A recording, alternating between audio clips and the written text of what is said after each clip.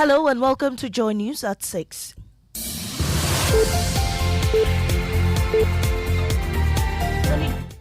The news is live on Joy 99.7 and hits 103.9 FM in Accra, in Kumasi on Love 99.5 FM and over 30 affiliates across Ghana's 16 regions, including Volta Premier Ho, Amenuveve Aflao, Lolonyo FM Hohoi, Kekeli FM Ho. Get radio, TV and online content on the myjoyonline.com interactive app for Android and iOS devices. Coming up, Finance Ministry announces payment of all outstanding coupons owed bondholders up till June 2023. We have details and reaction from the bondholders. Also, Minority on Mines and Energy Committee calls for independent investigations by PURC to what occasioned last Friday's massive blackout following blame game among Ghana's power players. Because all of us cannot regulate this sector. That is why we established the PURC. And so I would have expected that by now, the PURC would have given some information and even informed us that some investigation has kicked in. In business, Cedi to remain relatively stable this week as a positive media budget review this month, among others, will set the tone for good performance in the second half of this year. Details on the Joy Business Report. And later in this bulletin, Adisadel College gears up to battle Three Giants in the upcoming finals, vowing to retain the NSMQ Girl Regional Championship. They thought they were leading. It was just a prelims. In fact, it's one of the girls' schools in Central Virginia. Jordan! There's a many more coming up shortly. I am Amisi Nyamiche Thompson.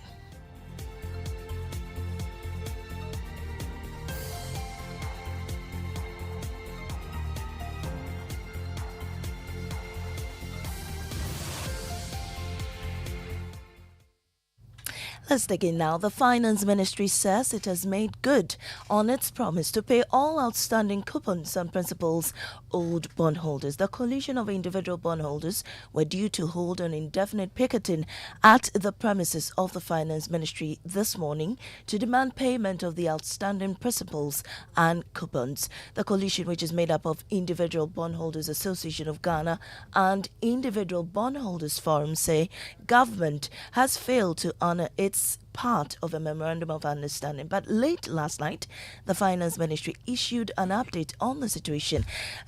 Editor Fred Smith joins me in studio with details of that statement. Fred, what does it say? Well, the statement makes reference to that MOU that they reached in May, that government was going to make payment to all of the bondholders.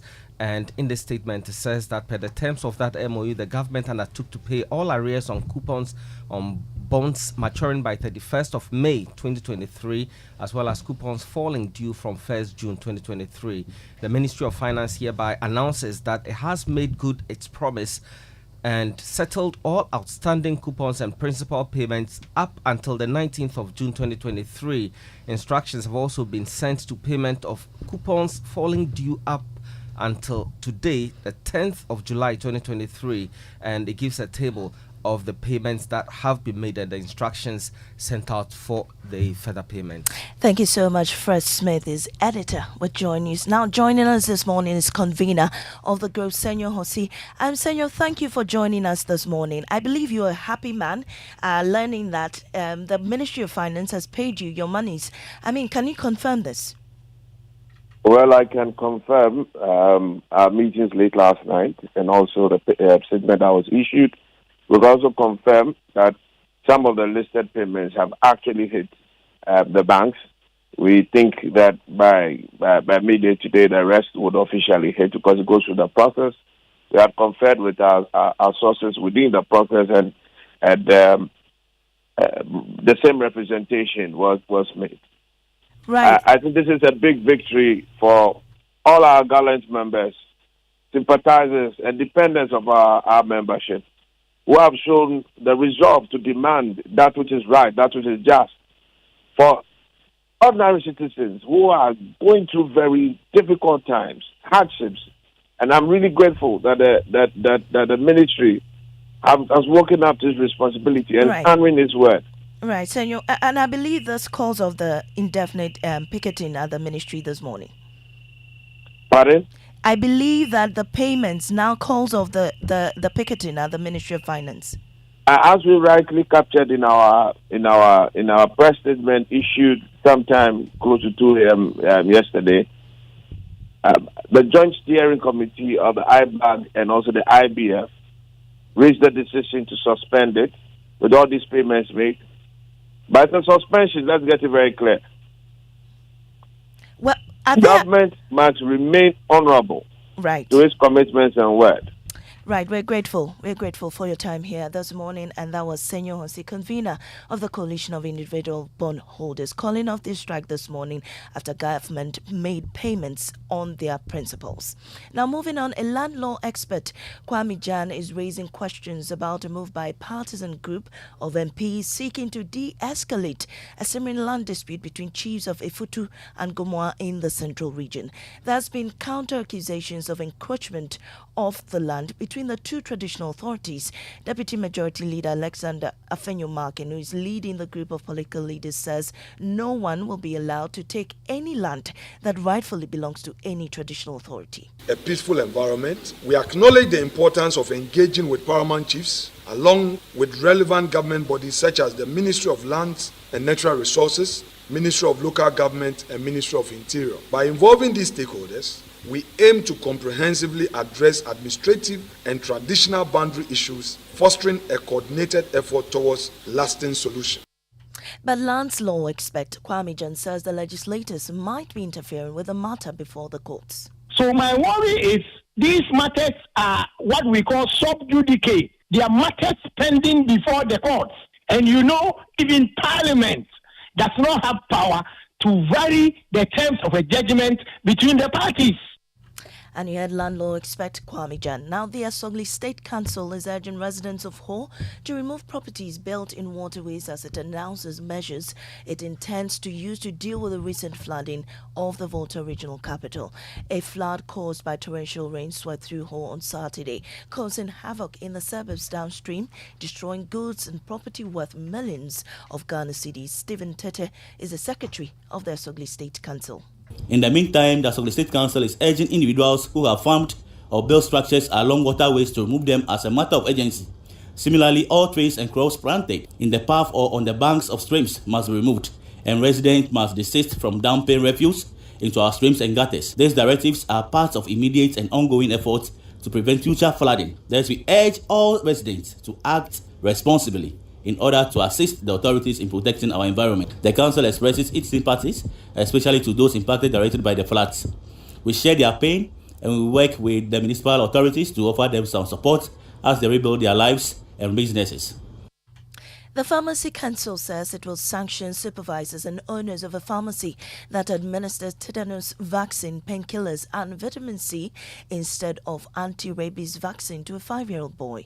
The situation, which the council describes as an administrative error, resulted in the death of the boy who was given the wrong medication after a dog bite in the Ashanti region. His regional manager of the Pharmacy Council, Benjamin Kwating.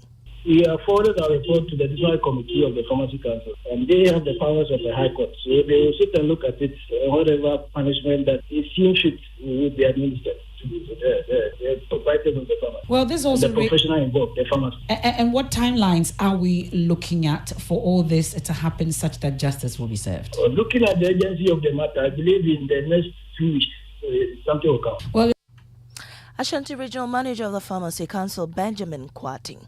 The minority on the Mines and Energy Committee is calling for an independent probe by the sector regulator, PURC, into what caused last Friday's massive blackout in parts of the country. There are allegations of a cover-up despite a statement by the Ghana National Gas Company announcing that the problem had been resolved. Questions still remain about the real reason for the blackout. Speaking to Joy News, ranking member on the committee, John Jenapo, said an investigation is necessary to point out the technical lapses for remedial action in future. And I wish to call for an impartial investigation. Why you do this is to identify the lapses so that you can put in place corrective measures. So going forward, we do not have a repeat of some of these issues. You mentioned that this needs to be looked into. You mentioned the regulator. I presume you're talking about a PURC here. I'm surprised that they haven't said anything about this since it happened, and many consumers were left sleeping in darkness, at least some of them, by the time they were going to bed, the power was not back on. I am very surprised because this information must not even come from the industry players in terms of those who have commercial interest.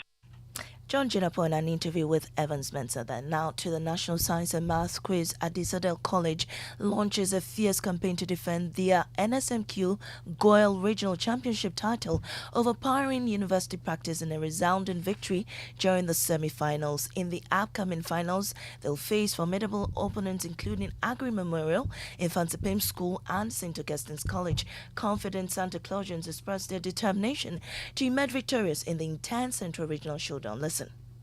Great Adisco, we shall never be busy. We shall always in real life, if you know what you are doing, you don't scared. You know, you are never scared of anybody because on a first basis, they thought they were leading. It was just a prelims, but currently we are on top.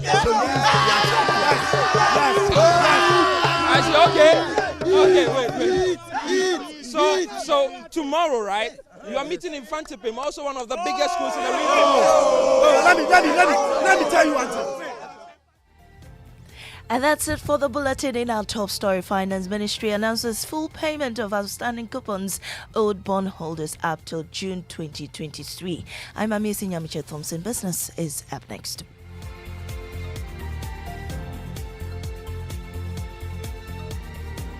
You know, Papa, see that? And it's rickety car. Hey, Papa! Bobo, so how's your engine now? It is half man, half amazing. Thanks to Quartz and you can feel better energy. Actually, guys, so Sancho's engine just died like that. Yes, so somebody managed to convince him that there is a better engine oil than Quartz, and he switched. Sancho Panzapa. Now, which engine oil can be better than Quartz? No other, my guy. Quartz with its age-resistant technology, it keeps your engine younger for longer.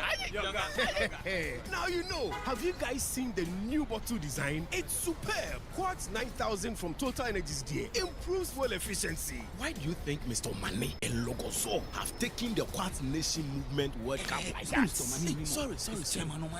Hey, Quartz. Keep your engine younger. Quartz. Keep your engine younger for longer. Okay. If I leave work now, I can beat traffic, get takeaways for dinner with the girls, and be on time to pick up Sam and his mom from the hospital. Proud to belong to APSA. We know that life is go, go, go, and that it's hard to make time for the things that really count. That's why with APSA's digital channels, you can bank when, where, and how you want, so you can focus on what or who is important to you. Get things done simply with our digital channels. That's Africanacity, that's APSA.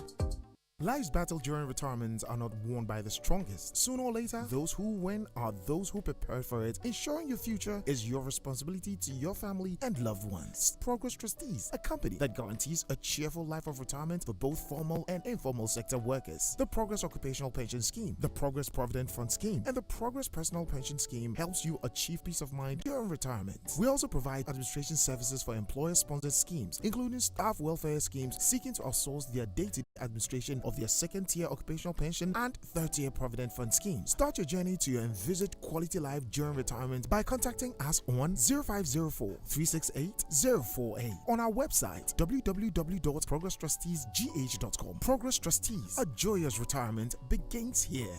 When you are born from Ghanaian soil, you are born rich. Rich in who you are, with natural Ghanaian richness inspired by Mother Nature herself. Just like our premium water, with natural minerals that create pure premium mineral water, made right here by the same Ghanaian soil that made you. Voltic, own your richness. Voltic, a product of the Coca-Cola Company. This advert is FDA approved.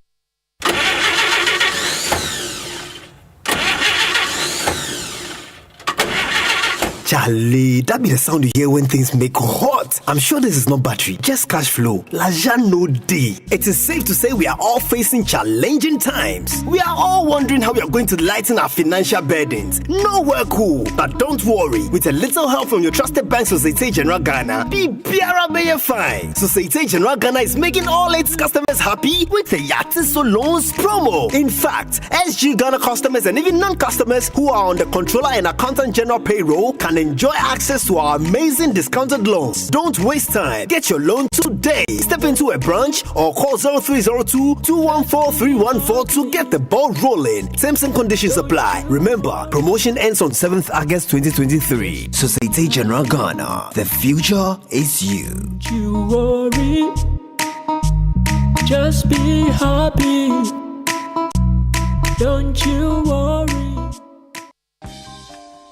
Pay attention, all my Africans and African Americans in the diaspora, plus my white brothers and sisters. What if I told y'all the most trusted real estate company in Ghana, Sukasa, would like to take y'all on a nationwide tour, highlighting prime real estate and investment opportunities. Sukasa builds affordable luxury homes with 2, 3, 4 bedrooms. Come get the real value for your money, plus they have very convenient payment policies with 100% guaranteed cash back. This fully gated or Grandson communities include malls, cinemas, and all social amenities, plus 24-hour security. All you gotta do is sign up for the tour for a measly couple $1,000 and come see what could be yours in real life. The African dream is a life. Contact Sukasa on 030-296-0865 or 055-369-7886 at Sukasa GH on all social media platforms. Email info@sukasa.com.gh. The Sukasa experience is also bringing on board a bunch of other property developers, which means patrons get a variety of options to buy from. This is powered by Government of Ghana, Beyond and Return Secretariat, Ministry of Foreign Affairs, Ministry of Works and Housing, Diaspora Affairs, the Office of the President, British High Commission, and the UK Chamber of Commerce. Media partners, Joy FM, City FM, Peace FM, Business and Financial Times, Graphic Online, and many more. Sukasa, building on trust. Come with me. Welcome back, and thank you very much for staying with us here on the Super Morning Show on Joy 99.7 FM. And the 6 a.m. news brought to us by Total Energies. Total, we go the extra mile for you. And Absa Bank Ghana Limited, helping you find a way to get things done.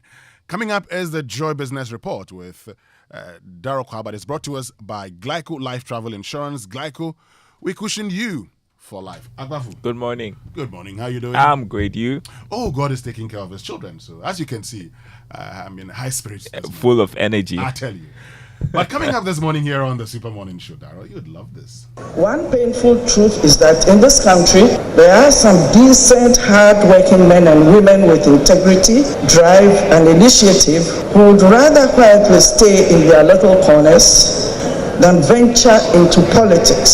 Simply on account of the reputational damage they fear, they may likely suffer if they did so. Would you want to get into politics? That's former Chief Justice Georgina Wood making that point. Would you want to get into politics? I don't think so. Why? What do people associate politicians with? Tell me. They lack integrity.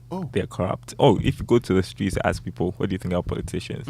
I don't think you get so many people saying good things about them.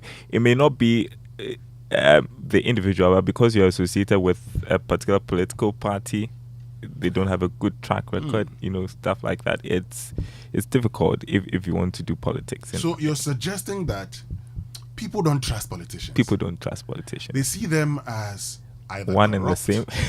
They lack integrity. They're dishonest. And so you wouldn't want to be associated with a group of people who are seen like that. Yeah, she talks about reputational damage, which people have a reputation to protect, and so. I don't know what your thoughts are, but if you agree with Darryl, get onto Twitter, use the hashtag JoySMS, and tell us what your thoughts are. If you disagree also, and you believe that, look, there are good men in politics. And there's some good people, who have entered into politics that you're wondering. Oh, you're wondering. Anyway, she also makes a point about what should be influencing, elections in 2024. Listen. Only a year hence, we will be preparing to go to the polls once again to elect national leaders for this beautiful country. Do we wish to create hope for the future by channeling our energies and other resources to developmental issues, or is it going to be another unending trend of pure propaganda as usual? She's spot on. I mean, it's high time we looked at the things that really concern us and not propaganda. I like that. We'll get into all of these conversations here on the Super Morning Show on Joy 99.7 FM. But you know, we're doing this with you. So get onto Twitter. Tell us what your thoughts are. Do you agree? Do you disagree? Do you think that, you know, the good men, the best men in this country shy away from politics because of the reputational damage they believe they may suffer if they get into politics? How about issues that should influence election 2024?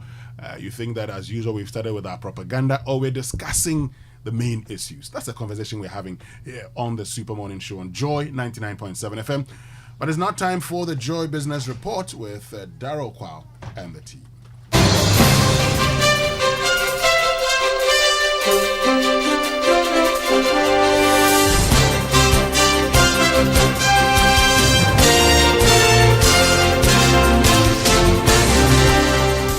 Good morning. Welcome to the Joy Business Report. Coming up, Citi to remain relatively stable this week as a positive media budget review this month, among others, will set the tone for a good performance in the second half of this year. Also coming up, bulk distributors of petroleum products engage Bank of Ghana over alternatives for dollar support program to prevent fuel shortage and escalating prices at the pumps. And World Bank Managing Director expected to visit Ghana tomorrow to engage government officials and inspect funded projects. We have details coming up.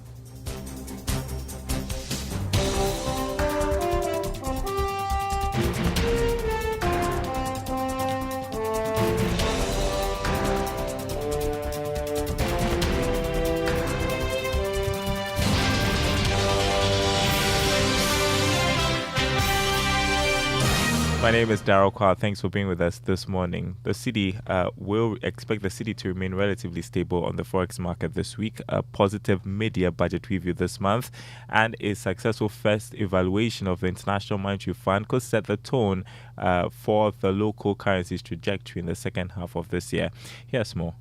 The cedi lost marginal grounds against the dollar and the other major foreign currencies last week. It's lost 0.21% in value to the American greenback. This was as a result of poor forex liquidity and increased dollar demand pressures. The Bank of Ghana provided no support on the spot market. However, the expected $20 million in bi-weekly forex support to bulk oil distributors will cushion the cedi against volatility. Together with a successful first review of the IMF program and a promising mid-year budget review, investor confidence is expected to be boosted, all things being equal. This will reduce the pressure on the dollar and other major foreign currencies. Well, let's turn to the currency market this morning. The dollar going for 11 cedis 75 pesos on the forex or retail market. The pound selling at 15 cedis and the euro going for 12 cedis 65 pesos. Now, leadership of the Coalition of Individual Bondholders Groups has called off plans to picket at the Finance Ministry this morning. This follows the announcement by the Finance Ministry of complete payment of all outstanding coupons and principals to individual bondholders up until June 19. Furthermore, it has instructed the timely settlement of coupons due July 10. In a statement, it reiterated the government's commitment to maintaining open and constructive engagement with the leadership of the Coalition of Individual Bondholders Groups. Now, convener Senor Hosi described the move as victory for all bondholders. Also confirmed that some of the listed payments have actually hit the banks. We think that by midday today, the rest would officially hit because it goes through the process. This is a big victory for all our gallant members, sympathizers, and dependents of our membership who have shown the resolve to demand that which is right, that which is just. For ordinary citizens who are going through very difficult times, hardships, and I'm really grateful that the ministry has woken up to its responsibility and honoring its word. The Joint Steering Committee of the IBAG and also the IBF reached the decision to suspend it with all these payments made. By the suspension, let's get it very clear. The government must remain honorable to its commitments and word. That was Senor Jose, a convener of the Coalition of Individual Bondholders Groups. Now, the World Bank Managing Director in charge of operations, Anna Jedi, is set to pay an official working visit to Ghana from tomorrow, July 12th to the 15th. Now, this will be her first visit to Ghana since her appointment in April this year. She will be accompanied by the World Bank Vice President for Western and Central Africa, Osman Diagana, and she's expected to engage several government officials during her visit, including President Akufo-Addo and Finance Minister Ken Ofri-Atta. Jedi is expected to inspect some World Bank-funded projects and engage officials on some structural reform initiatives. You're listening to the Joy Business Report. In other news, bulk oil distributors of petroleum products have started engaging the Bank of Ghana over alternatives for its dollar support program for fuel imports. It is coming after the central bank indicated its decision to continue with the program despite an International Monetary Fund opposition. Chief Executive of the Chamber of Bulk Oil Distributors, Dr. Patrick Ekofori, says the BDCs are doing everything possible to ensure that any review does not affect fuel supply and prices at the pumps.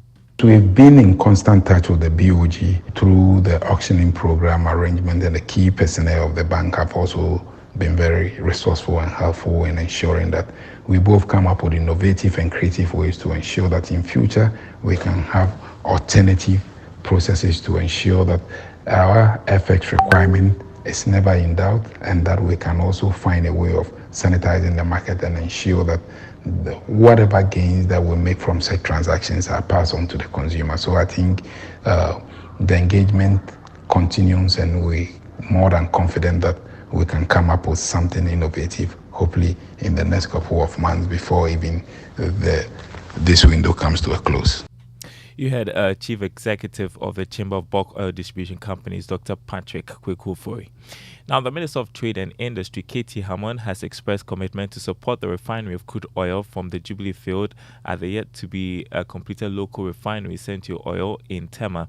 This is part of other measures aimed at strengthening the petroleum industry. The Minister's call follows the request by managers of the company to use local crude oil for the test run, which is likely to begin in August this year. Katie Hammond also promised to work on getting some tax relief for the company. I'm going to work very hard at that. Quite a bit, well, if not all of our current production, I think, has been forward traded. But it seems to me significant that a structure of this caliber should be run with the crude from this country. I'm going to speak with the Minister for Energy. Obviously, it will be on the table of the President, and we'll take it from there. But it's an interesting proposition that I intend to take up. One of the facilities that we provide under the 1D, 1F program is to ensure that companies are provided with exemptions from various taxations, waivers, and the lot. Minister of Trade and Industry Katie Hammond there. On the commodity market this morning, crude oil increased in price, open trading at $78 a barrel. Gold gained almost $4. It's selling this morning at $1,928 an ounce. Cocoa is trading at $3,335 a ton after going up by $25.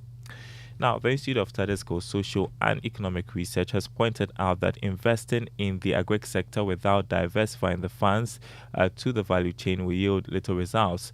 According to ISA, even though the sector has received a lot of funds over the past 6 years, the focus has been on production, neglecting storage and processing.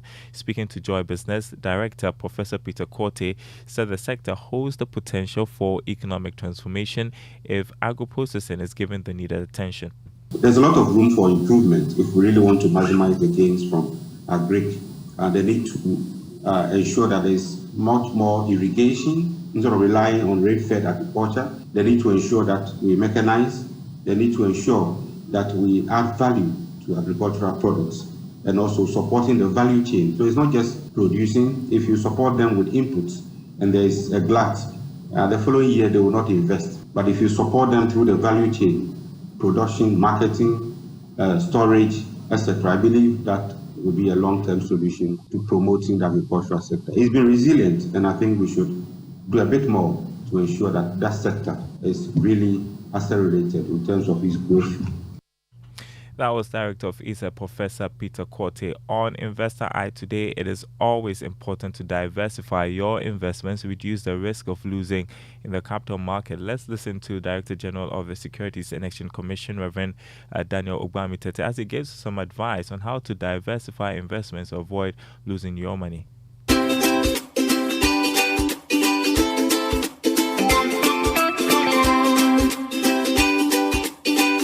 That no matter how good the returns are, you still must respect the principle of diversification, because if you put all your eggs in one basket and there's a false move, you lose everything. Okay, so I think we need to revisit the issue of how we invest and how we ensure that we avoid concentration risk. What is really happening with this domestic debt issue is that the issuer, in this case the government, had issues.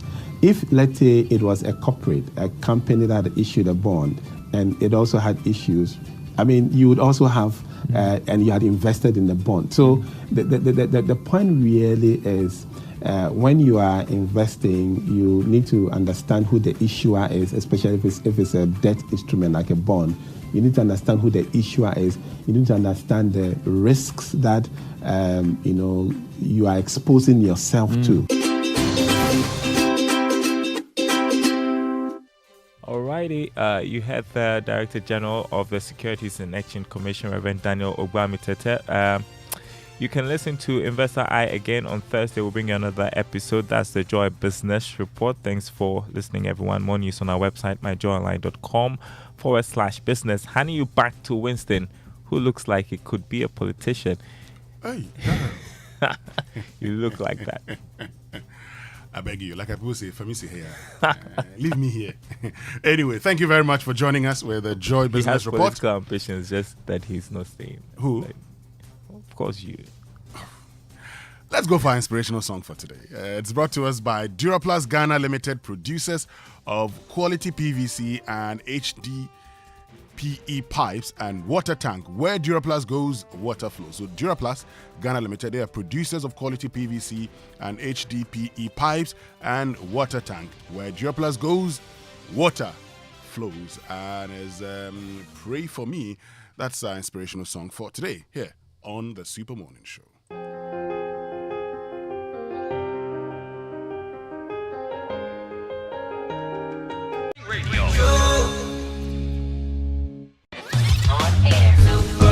Your morning radio.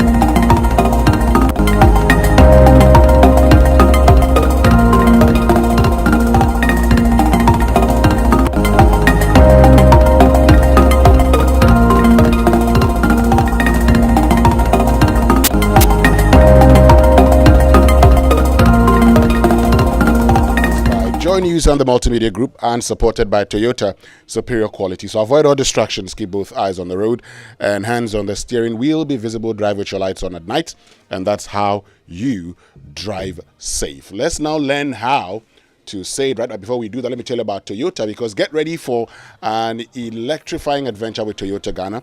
Now, Toyota Ghana has unleashed exhilarating offers, and for a limited time only, come and experience very attractive prices for the following vehicles: Starlet, RAV4 Adventure, Fortuner Diesel, and Land Cruiser 300 series. And included in these amazing offers is that you are assured of a 1-year free service package for any of the listed vehicles you buy. Time is ticking, and this opportunity won't last forever. So visit any of their showrooms in Accra, Tema, Kumasi, Tamale, Takwa, Takrady, or simply call 0302-910204 for further information. Credit purchase is also available through special arrangement with their finance partners. Toyota Superior Quality. Good morning, Fred Smith. Good morning to you, Winston. Hope you're doing very well this morning. Yes, I'm good, especially when there's money flying all over the place. Anyway, talking about money, let's learn how to say it right. But of course, that's because Occupy Finance. You don't want, finance ministry to be occupied. There are a lot of things that could be. So, I'll tell you more about that when we get into the news review. But let's now learn how to say it right. Something must be done. So today I just want us to correct a very, simple mistake we make, okay? There's this mistake we make all the time. I've heard people say, I can be able to. So for instance, they say, I can be able to play football. No. You can and you'll be able again. Exactly. And I'm saying this because can in itself is being able to do something. Exactly. However, people confuse this and go ahead and say, I can be able to. That means you're repeating your ability to do something. They call it tautology. Exactly. So next time you want to say it right is either I am able to do something or I can do something. Please don't add the two or don't use the two in one sentence. So now that you know how to say it right, go ahead and say it right.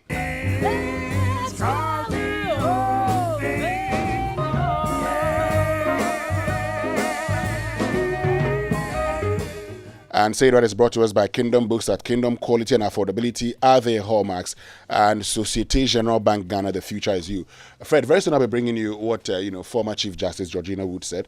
You hear the full sound from her, where she talks about good people staying away from politics and everything, and the issues that must influence the election going forward. I'll get your views on that.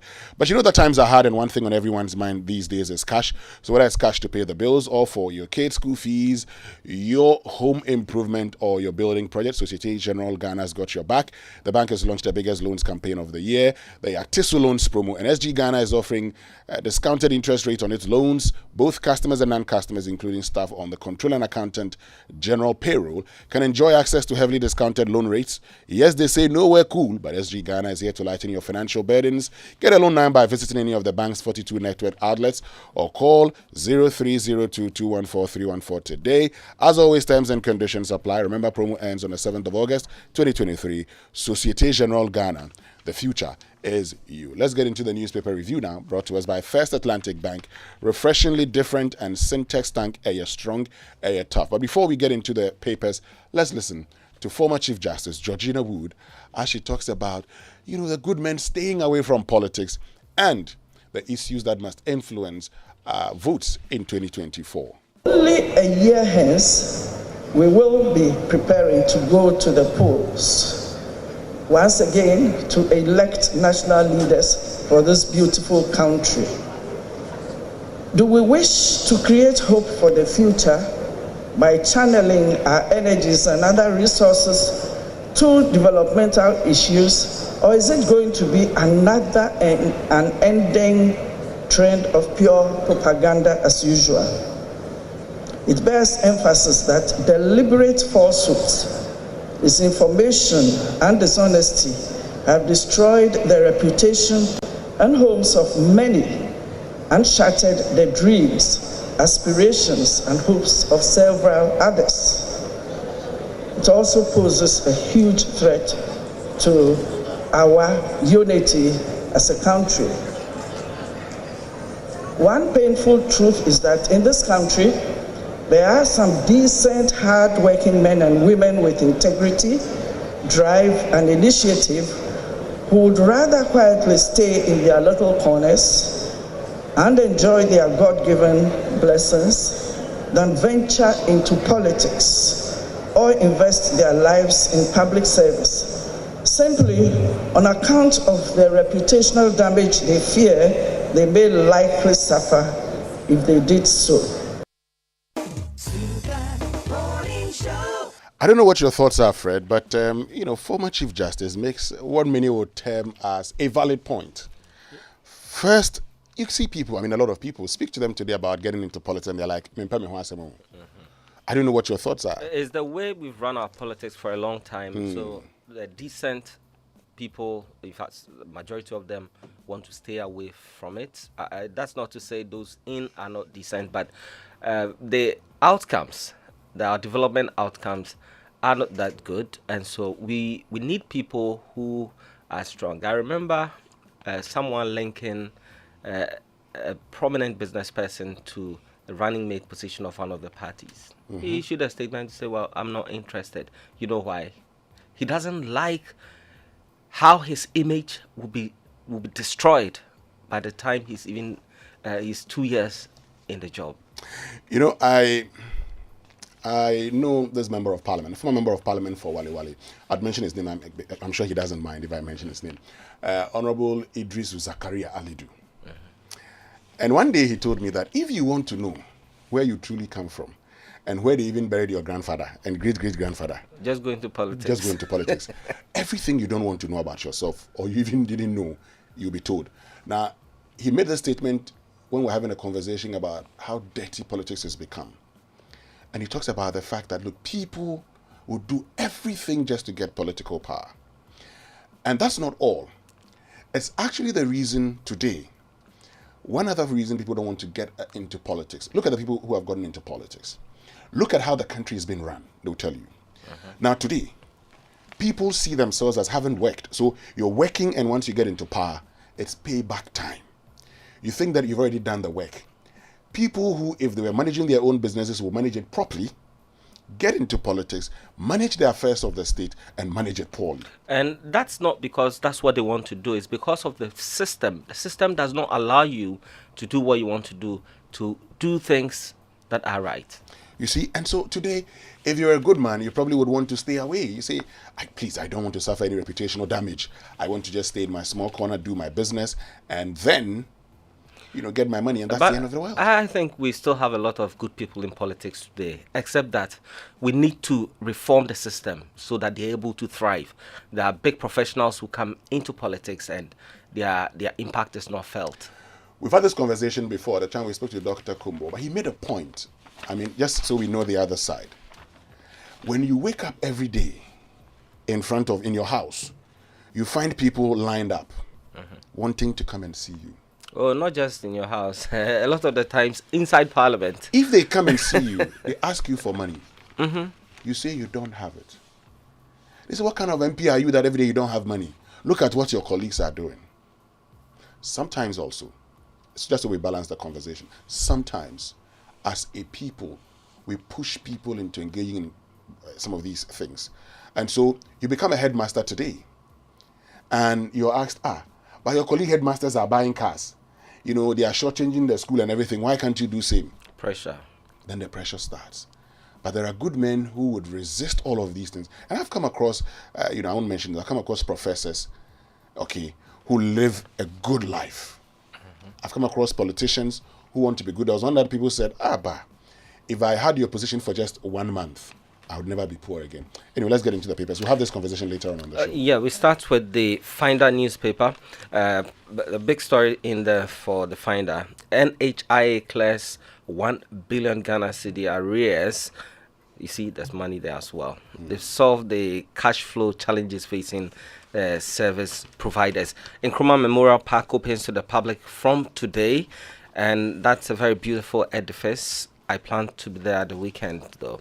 Dr. Abdul Hamid calls for revision of Arabic and Islamic educational curricula. Suspend planned release of all public lands. Occupy Ghana says so.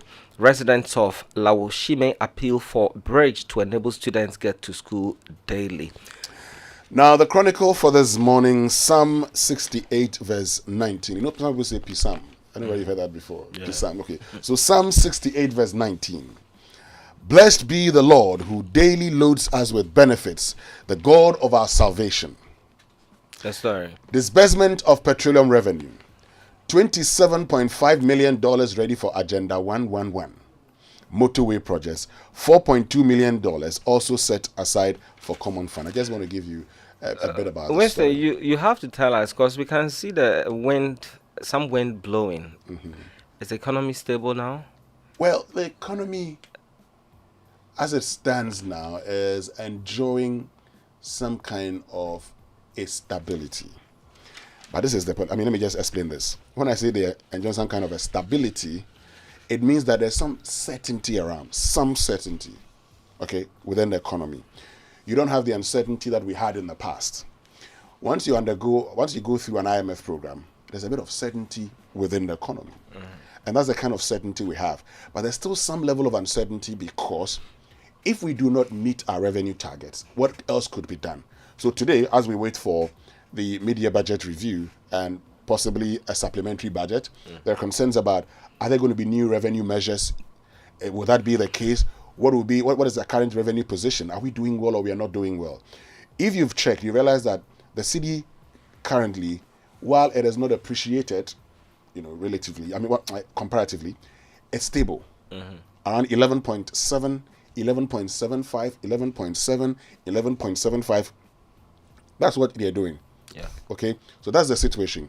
So that's where we are when it comes to the economy. But of course, these are statutory funds. Let me just clarify this also. These are statutory funds, and so must be paid. But the question today is that government has ordered the transfer of some $15 million for the Accra-Tema motorway extension PPP project and $11 million for Agenda 111 into their respective Ghana Infrastructure Investment Fund accounts. But the question really is, the motorway we are told is supposed to cost us some over $400 million. The motorway rehabilitation.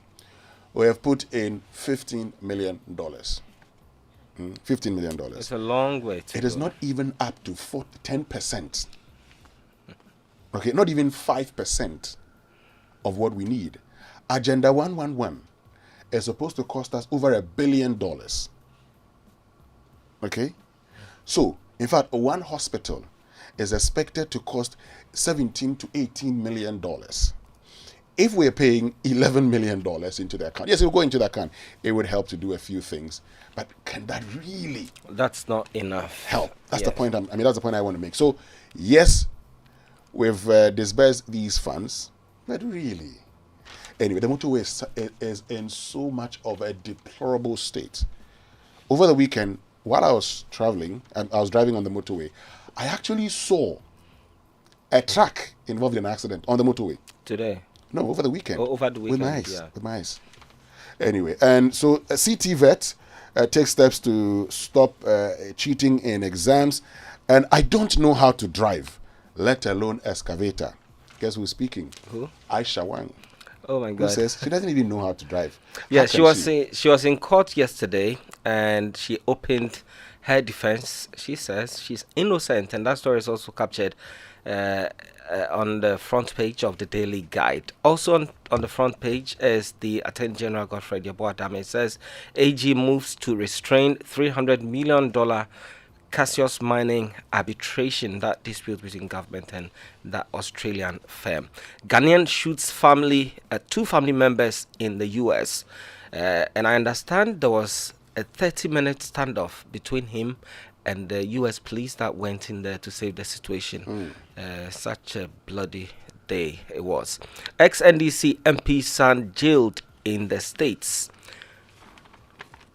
Government surpasses T-bill targets. reclassify Ghana's affordable housing initiatives, and that's from Professor Peter Quartey speaking on behalf of the Institute of Statistical, Social and Economic Research, and they believe that what we classify today as affordable housing is not affordable to those who... No, but you see, our housing policy says that affordable houses are houses where you spend not more than 30% of your income in acquiring them, whether you're renting or you're buying.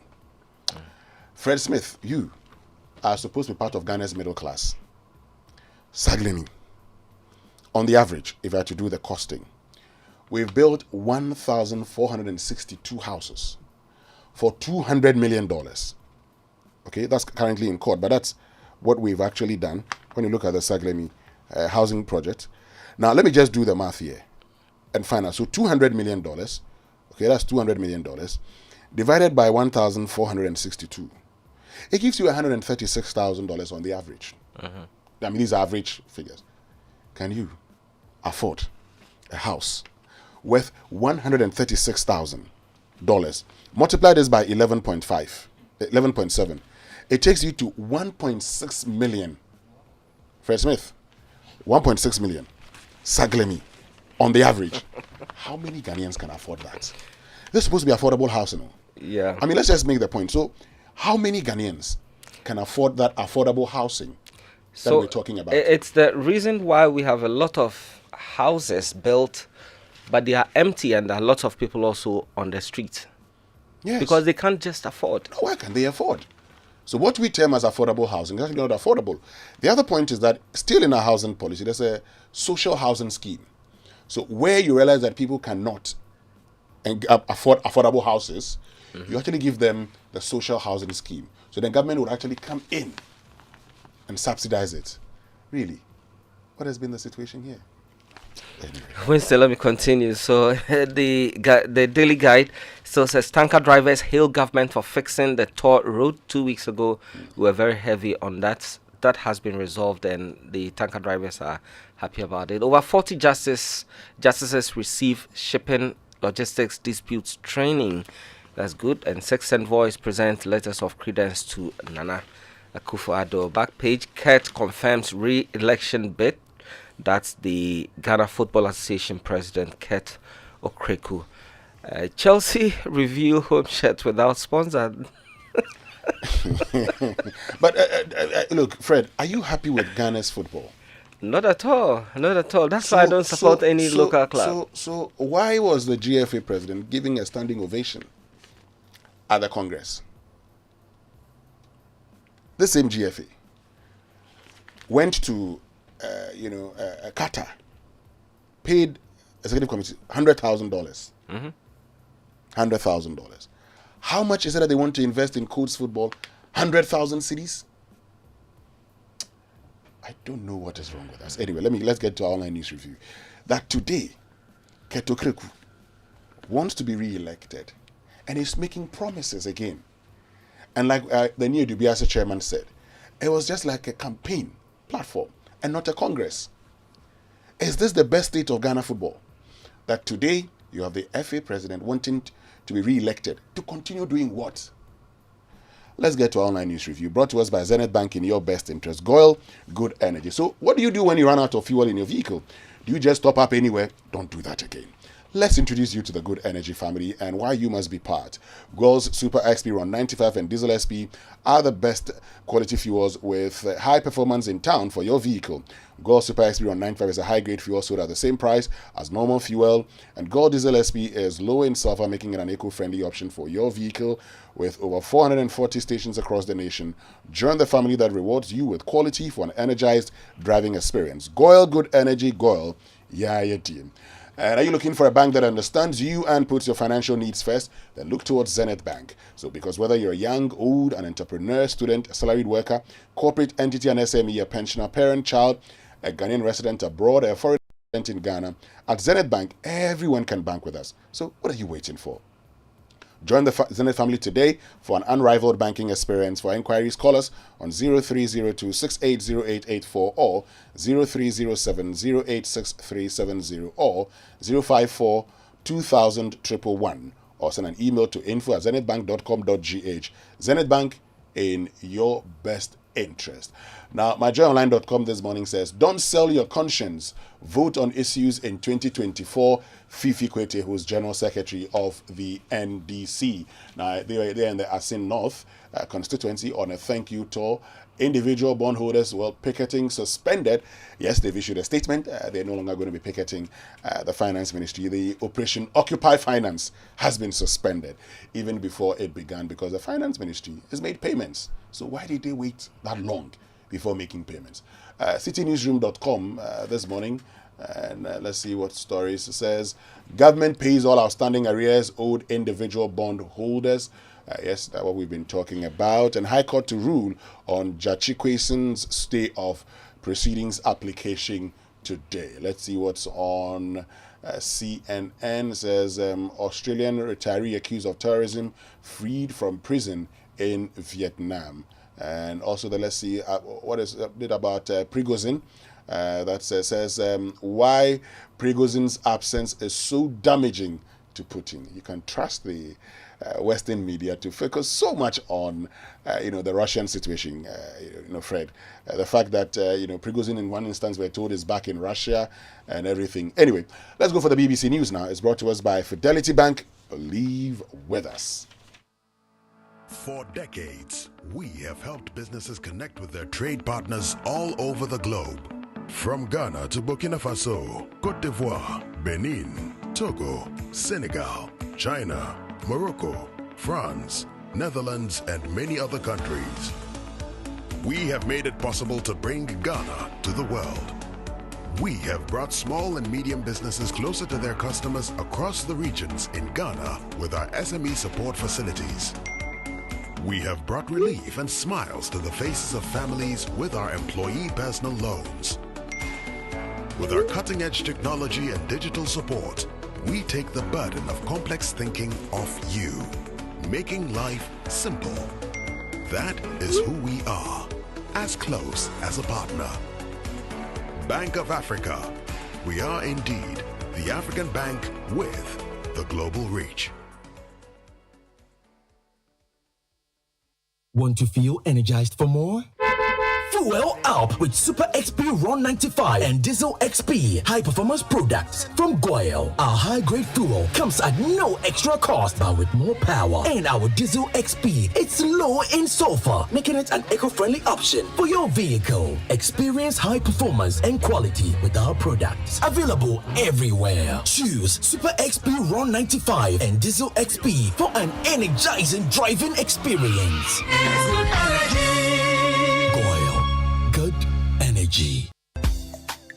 Are you a corporate organization, e-commerce business, individual or student looking for a trusted courier company where you can track your package and receive SMS alerts to keep you posted? At IAS FedEx, we move your documents and parcels with care to the destination of your choice. With offices across the nation, we happily deliver your package to your office or the comfort of your home. With the assurance of safety and affordability giving you peace of mind, IAS FedEx has your package in good hands. Call us on +233 501 605,000 or +233 501 631,000. IAS, licensee of FedEx.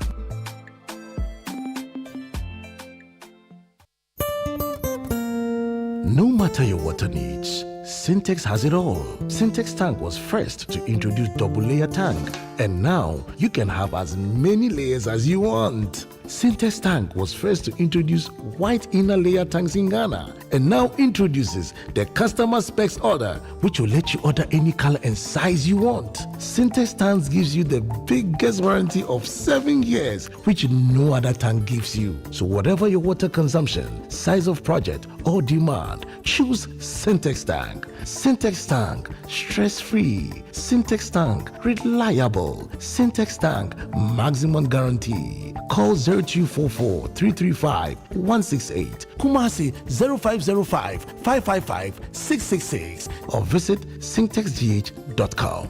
Sintex tank, a strong, a tough. It's the most action-packed breakfast show in town. The hottest music, the best giveaways, the great interviews, and all the laughter and fun you can imagine. Don't miss the Super Morning Show on Joy 99.7 FM. It's the best breakfast show in town. And President Erdogan has installed a new team to try to fix a broken economy. The new finance minister promised a return to rational economics. But what does that mean, and will it stick? This is the BBC World Service, the world's radio station.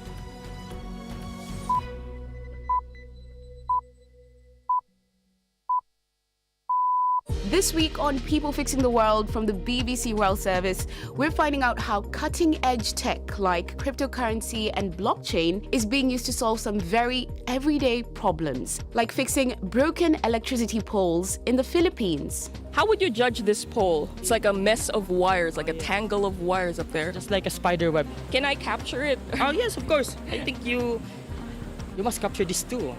And giving informal workers like waste pickers in South Africa a chance to document their work and get access to more opportunities. I love waste. That is why they call me Queen of Waste. You see trash, I see treasure. Join me, Myra Anubi, to find out how technology like cryptocurrency and blockchain is cleverly being used to change people's lives. Coming up after the BBC News. Hello, I'm Emily Thomas with the BBC News. NATO leaders are meeting in Lithuania to decide the military organisation's long-term strategy in the face of Russia's invasion. Your morning radio.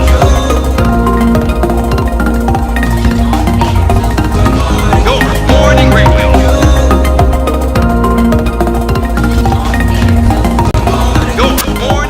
About flooding. This time round, not in Accra, or let's say Kumasi or Takrady, we'll have conversations about a plan B, moving to higher grounds. But it's in Ho in the Volta region. I mean, a place that until Saturday, you hardly would hear stories of flooding and people losing properties. And again, I mean, the same narrative that you hear whenever there's flooding. People are built in waterways, we are going to demolish them. What is it with our planning in this country? That, I mean, we wait, people build anyhow, we don't demarcate properly. And look, go and look at the zonal guidelines, planning and zonal guidelines in this country. There's actually a whole guideline like that, Fred, where you can build. So, for instance, in the Central Business District, the kind of structures you can put there, it is there. But where is this the zonal guideline coming from? It's coming from the Ministry of Lands and Natural Resources. Yeah, but we also know that the National Development Planning Commission has also put together a plan. And last week, the boss was talking about it, how that would help deal with all the flooding situation that we have.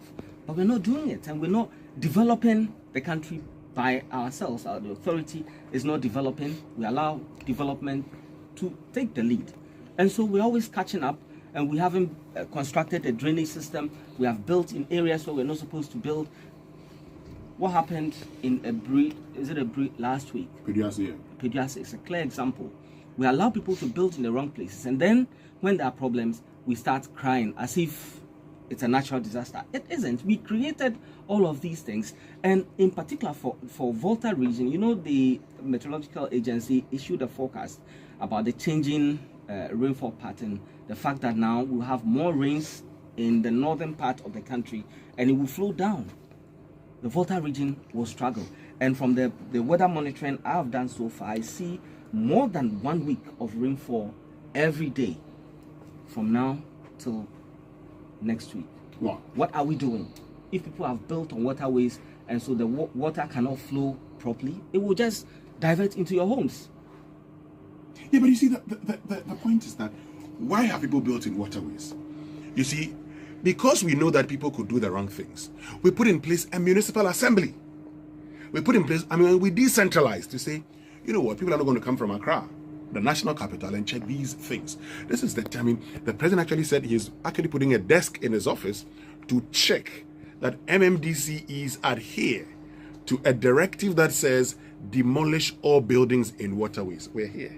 And this is happening to us. And my point is that why? Today, come to Accra, go to Gais, Municipal Assembly. Areas that we all know, we can see these are water areas. They are being filled and people are building. They are filling the area and they are building. And we pretend not to see it. In this country, is hear no evil, see no evil, speak no evil. We will never see anything until there's flooding. Then we say, somebody built in a waterway. Look, go to Ahmadiyya. Those who know Ashoman, Ahmadiyya. Just look at that area. There's a bridge there actually. On top thereabout. People are filling and building. And now when it rains, I mean, you can find, the whole road flooded. I mean, what's wrong with us as a people?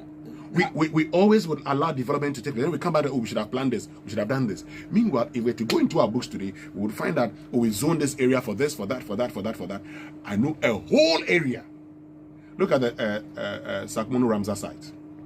All of a sudden, we turned around and said, some of the areas we've zoned, we've stopped the demolition of. I know a whole community, especially a water area, we've built, destroy that whole area. And when it rains and the area floods, then we are complaining. Yeah, we will complain. And have you heard about flooding in an area where it's been properly developed by a real estate company? Have you heard that in Ghana? No. They may be doing something right. And these are some of the things that we learned when we were at the Habitat Fair First Mini Clinic over the weekend.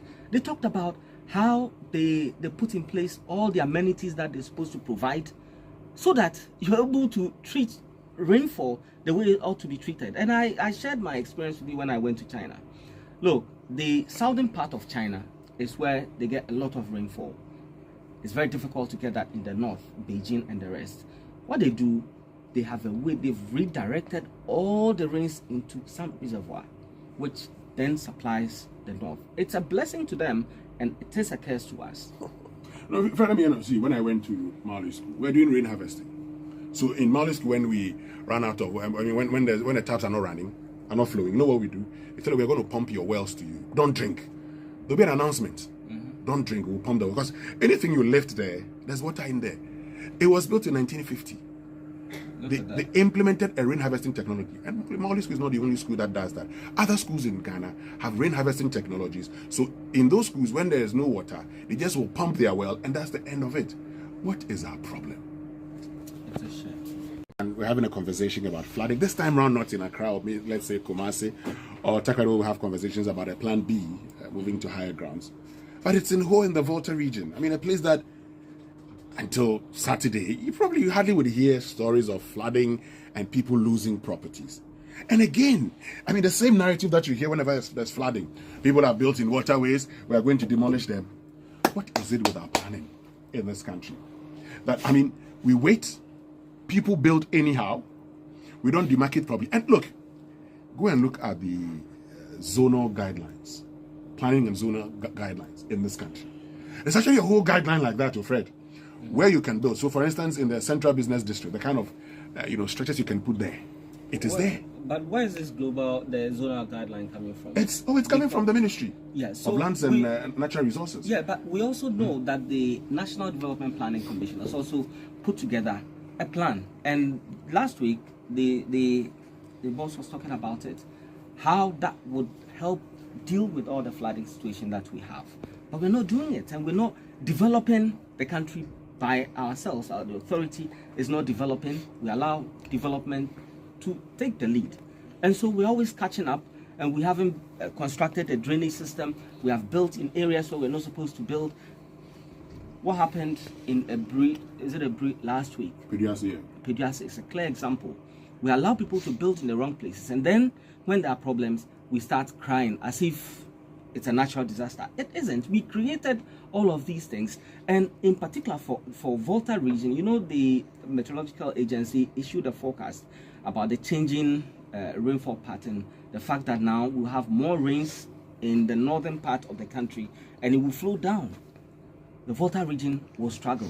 And from the weather monitoring I've done so far, I see more than 1 week of rainfall every day from now till next week.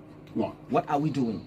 If people have built on waterways and so the water cannot flow properly, it will just divert into your homes.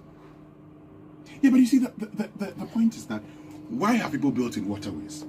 You see, because we know that people could do the wrong things, we put in place a municipal assembly. We put in place, we decentralized to say, you know what, people are not going to come from Accra, the national capital, and check these things. This is the president actually said he's actually putting a desk in his office to check that MMDCEs adhere to a directive that says demolish all buildings in waterways. We're here. And this is happening to us. And my point is that why? Today, come to Accra, go to Gais Municipal Assembly. Areas that we all know, we can see these are water areas. They are being filled and people are building. They are filling the area and they are building. And we pretend not to see it. In this country, is hear no evil, see no evil, speak no evil. We will never see anything until there's flooding. Then we say, somebody built in a waterway. Look, go to Ahmadiyya. Those who know Ashoman, Ahmadiyya. Just look at that area. There's a bridge there actually. On top thereabout. People are filling and building. And now when it rains, you can find, the whole road flooded. What's wrong with us?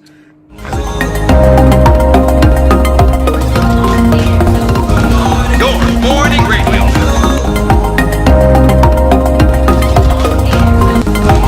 Your morning radio.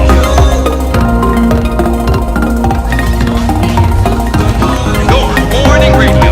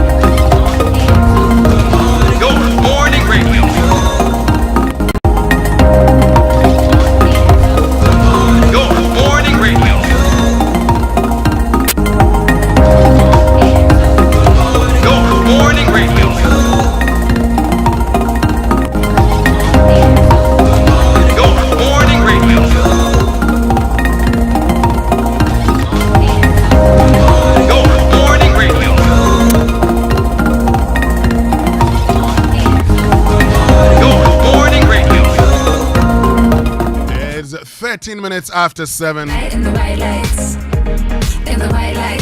coming up this morning here on the Super Morning Show on Joy 99.7 FM. The truth is that in this country, there are some decent, hard-working men and women with integrity, drive, and initiative who would rather quietly stay in their little corners than venture into politics. Simply on account of the reputational damage they fear they may likely suffer if they did so. Why do good men stay away from politics? That's a conversation I want us to have. Now, this is former Chief Justice Georgina Wood making the point that there are a lot of good men in this country who just don't want to get into politics because of their fear of suffering reputational damage. What is it about our politics that the people you expect to get involved in politics to help transform the country are not getting in there? She's been a Chief Justice before. And if you're looking at the hierarchy, the fourth most important person in this country, after the President, Vice President, Speaker, then the Chief Justice. So what is influencing this point? What does she know that we do not know? Why is it that today people get into politics and all of a sudden they want to be rich overnight? Why is it that today we put people in positions, we've had state institutions being run down? Why is it that we cannot have the best of men manning these institutions and making sure that we progress as a country? That is the conversation we want to have this morning. Maybe you disagree. Fair. Just join us and let's have this conversation together. If you disagree, if you agree, get onto Twitter, use the hashtag JoySMS, and I definitely would share your thoughts with the rest of the world.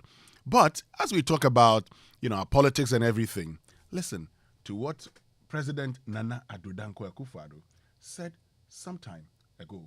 I've said it and I'll repeat it again.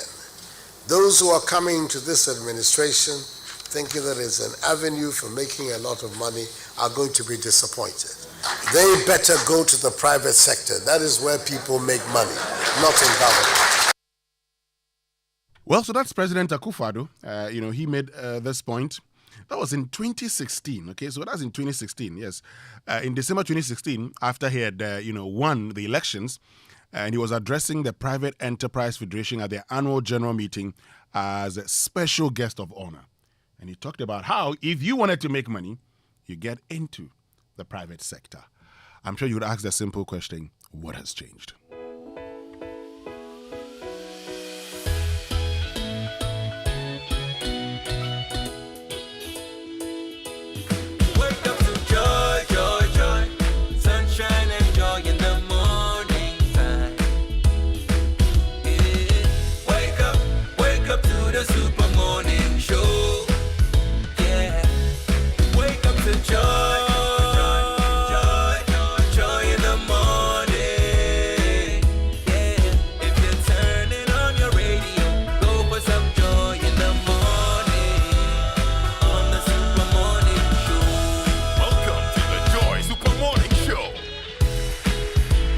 And a polymaintained car engine can age faster. That's why we offer specially formulated quartz engine oil with age resistance technology. Okay, so it's a breakthrough innovation that ensures optimal performance for your vehicle and engine and improves protection against mechanical wear by up to 74%. Even under extreme temperatures and pressures. Choosing Quartz from Total Energies is choosing the engine oil that keeps your engine running efficiently and effectively. Quartz, keep your engine younger for longer. And Absa Bank says they know that life is go, and it's hard to make time for the things that really count. So they won't let banking get in your way. That's why with Absa's digital channels, you can bank when, where, and how you want so you can focus on what or who's important to you. Banking has never been this easy. Transfer funds into your savings account, pay your old school union dues, and your DSTV subscription, and many more with a click on your phone. Get things done simply with Absa's digital channels. Now that's Africanacity, that's Absa. Terms and conditions apply. Visit absa.com.gh for further details.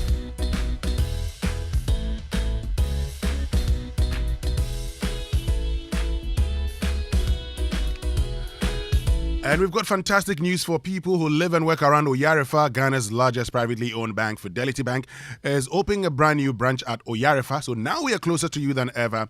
Visit any of our branches at the Owusu and Sajangshing, Oyarefa, to enjoy a suite of top-notch banking services and experience superior customer service in a delightful and inviting environment. We look forward to serving you. Fidelity Bank, believe with us.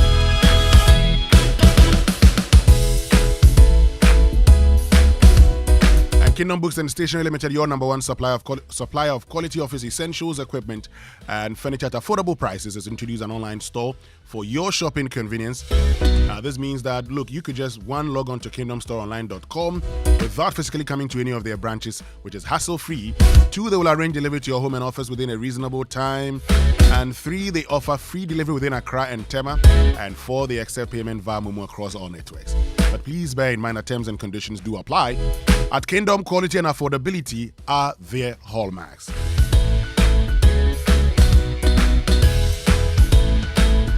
Are you looking for a freight forwarding company to handle both your inbound and outbound shipments?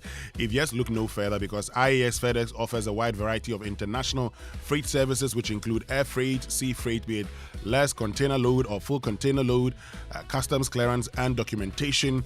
Our international operations link more than 200 countries and supported by extensive domestic networks in all key markets. Okay, and offer a range of fast and direct freight services to suit your needs. We have dedicated staff who have in-depth knowledge in our local custom clearance processes and procedures. IAS or FedEx pre-finances freight pickups up to an agreed threshold for our clients. Terms and conditions do apply. Please contact us now for free consultation on international freight services and customs clearance processes. Call us on 0501 605,000 or 0501 631,000. With IAS Ghana, your freight is firmly secured. So you know that a poorly maintained car engine can age faster. That's why we offer specially formulated quartz engine oil with age resistance technology, and it's a breakthrough innovation that ensures optimal performance for your engine, and it improves protection against mechanical wear by up to 74%, even under extreme temperatures and pressure. Choosing quartz from Total Energies is choosing the engine oil that keeps your engine running efficiently and effectively. Quartz keep your engine younger for longer. And it's now time for Nutrition Line, brought to us by Nestle, and Nestle offers good food for a good life. Here you go, dear. Mom, you didn't add milk. No need to. Taste and see why. Wow, but how? Is it milky? Very. Is it creamy? Yes. That's Milo all-in-one for you. It's so milky, eh? I don't need to add more milk. I love it, Mommy. Give your kids all-in-one. It's truly milky and rich in calcium. Milo, energy to go further. This advert is FDA approved.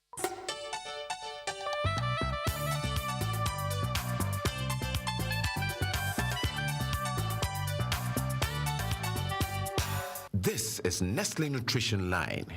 Nestle Nutrition Line is a public service program from Nestle Ghana Limited. Nestle Nutrition Line offers tips on good food for a good life. Now to your presenter. Hallo, guten Morgen, wie geht es Ihnen? Everything going well, I hope and pray. This is Nestle Nutrition Line.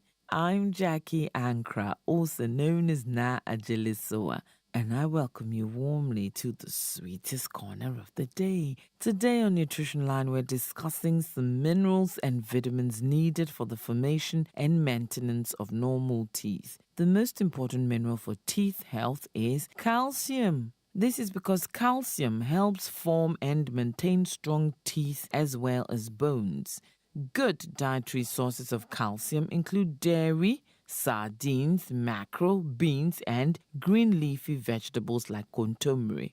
Another important vitamin is vitamin D. Vitamin D helps your body absorb calcium from your diet so it can build strong teeth. Vitamin D deficiencies can also lead to several oral health disorders like gingival inflammation, cavities, and gum disease.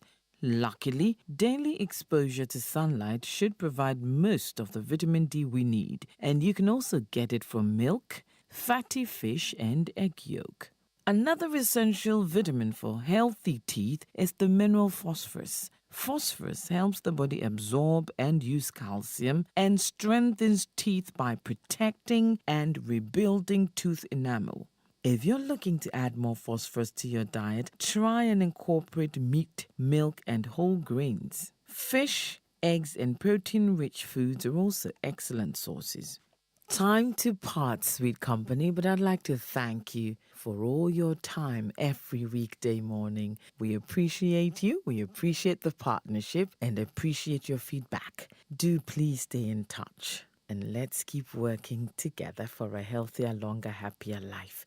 0302517020 or 0302211880, Monday to Friday, 8 a.m. to 5 p.m. Toll free 0800 1200001, Monday to Friday, 8 a.m. to midnight. Weekends and holidays, 8 a.m. to 5 p.m. You may WhatsApp, SMS, or call 8 a.m. to 8 p.m. the following numbers: 0593 845697, 0593 845649, 0593 845708. You may also email consumer services at gh.nestle.com. And now I want you to have a beautiful day as you go about your duties. Don't give up. Keep moving, keep walking, keep smiling, keep shining, keep rising, and have a beautiful day. Bye. Here you go, dear. Mom, you didn't add milk. No need to. Taste and see why. Wow, but how? Is it milky? Very. Is it creamy? Yes. That's Milo all-in-one for you. It's so milky, I don't need to add more milk. I love it, Mommy. Give your kids all in one. It's truly milky and rich in calcium. Milo, energy to go further. This advert is FDA approved. Imagine strutting into the most anticipated wedding of the year. Only to see 7 other girls wearing your exact same outfits. You are special and one of a kind, and that's why whether it's voice, data, or SMS, you get to enjoy personalized offers tailored to your specific needs with MTN Just For You. Dial *141# or select your options on the My MTN app to redeem your unique Just For You package on Ghana's best mobile network. MTN. Have you ever thought of the one that makes you complete? An escape from the clutches of interest charges. With the Standard Chartered Visa debit and credit cards, payments are completed at the speed of light, intertwined with interest earning accounts. You also get unbelievable rewards every time you swipe. You have access to over 1,200 airport lounges worldwide. High credit limits of up to 100,000 Ghana cedis and up to 50 days interest-free with our credit cards. You also get to enjoy full multi-trip travel insurance for 90 days. Fees discounted at your feet with our globally partnered merchant points. Bills are always settled, not battled. Get the Standard Chartered debit and credit card now. Call toll-free on 0800 740 100 or 0302 740 100 or reach us via email on feedback.ghana@sc.com. Standard Chartered, here for good. 1xBet Jackpot is here with weekly massive prizes up for grabs. All you have to do is place your bets on any sports game and stand a chance to win. Simply register at 1xbet.com.gh. Use promo code JackpotGhana and place your bets. 1xBet is your key to great victories. Feel like a winner. 1xBet. Gambling can be addictive. Bet responsibly. Not for person under 18 years. This advertisement has been vetted and approved by the Gaming Commission.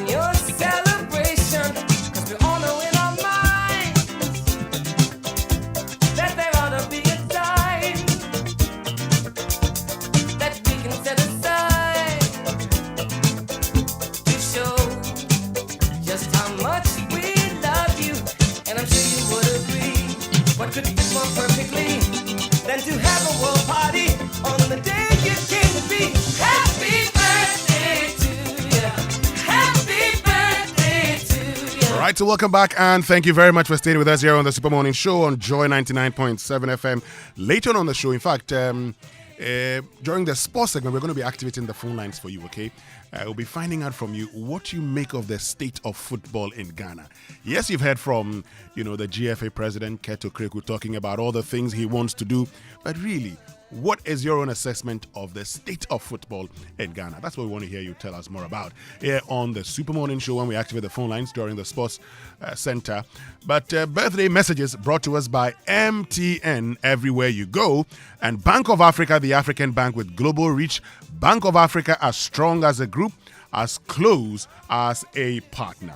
Now, it's a new world of doing business, and your business shouldn't be left out. It's time to get a Momo for Business today to accept payment from over 15 million Momo customers. All you need is a business registration certificate and your Ghana card. Applying to be MTN Momo Merchant has been made simple and fast. You just have to dial *5051# and follow the prompts, or apply online at momomerchantapplication.mtn.com.gh. You'll receive a reference number which you can use to track your application, so don't get caught waiting. Enjoy secure transactions and convenient transactions for your business with MTN Momo today. Note that the application is free. Do not pay any money to anyone for a merchant payment solution. Report any fraudulent charges using the Momo app available on Play Store or the App Store. So let's get into the birthday messages now. Good morning, Fentio. Morning. How are you doing? I'm okay. Yourself? Great. I'm doing fine. We'll be talking about Ghana football shortly. We'll actually we want to hear people's assessment of the state of football. Keto Krek, who seems to be telling us that we are doing, he said we are doing very well.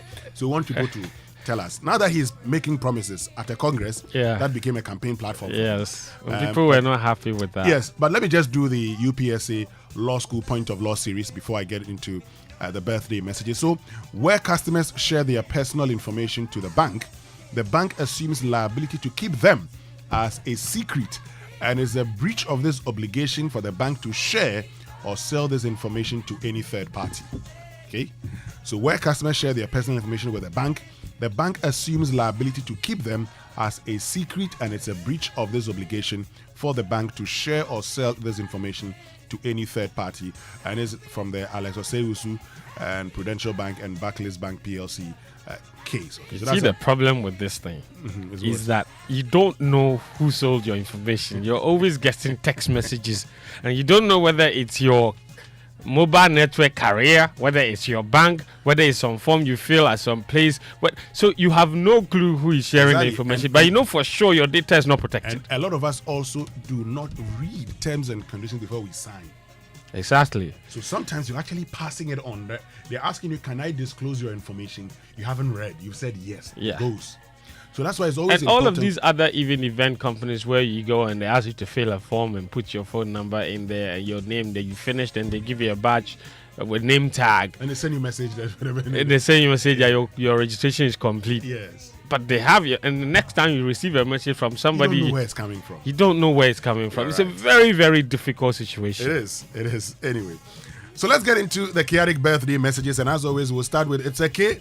To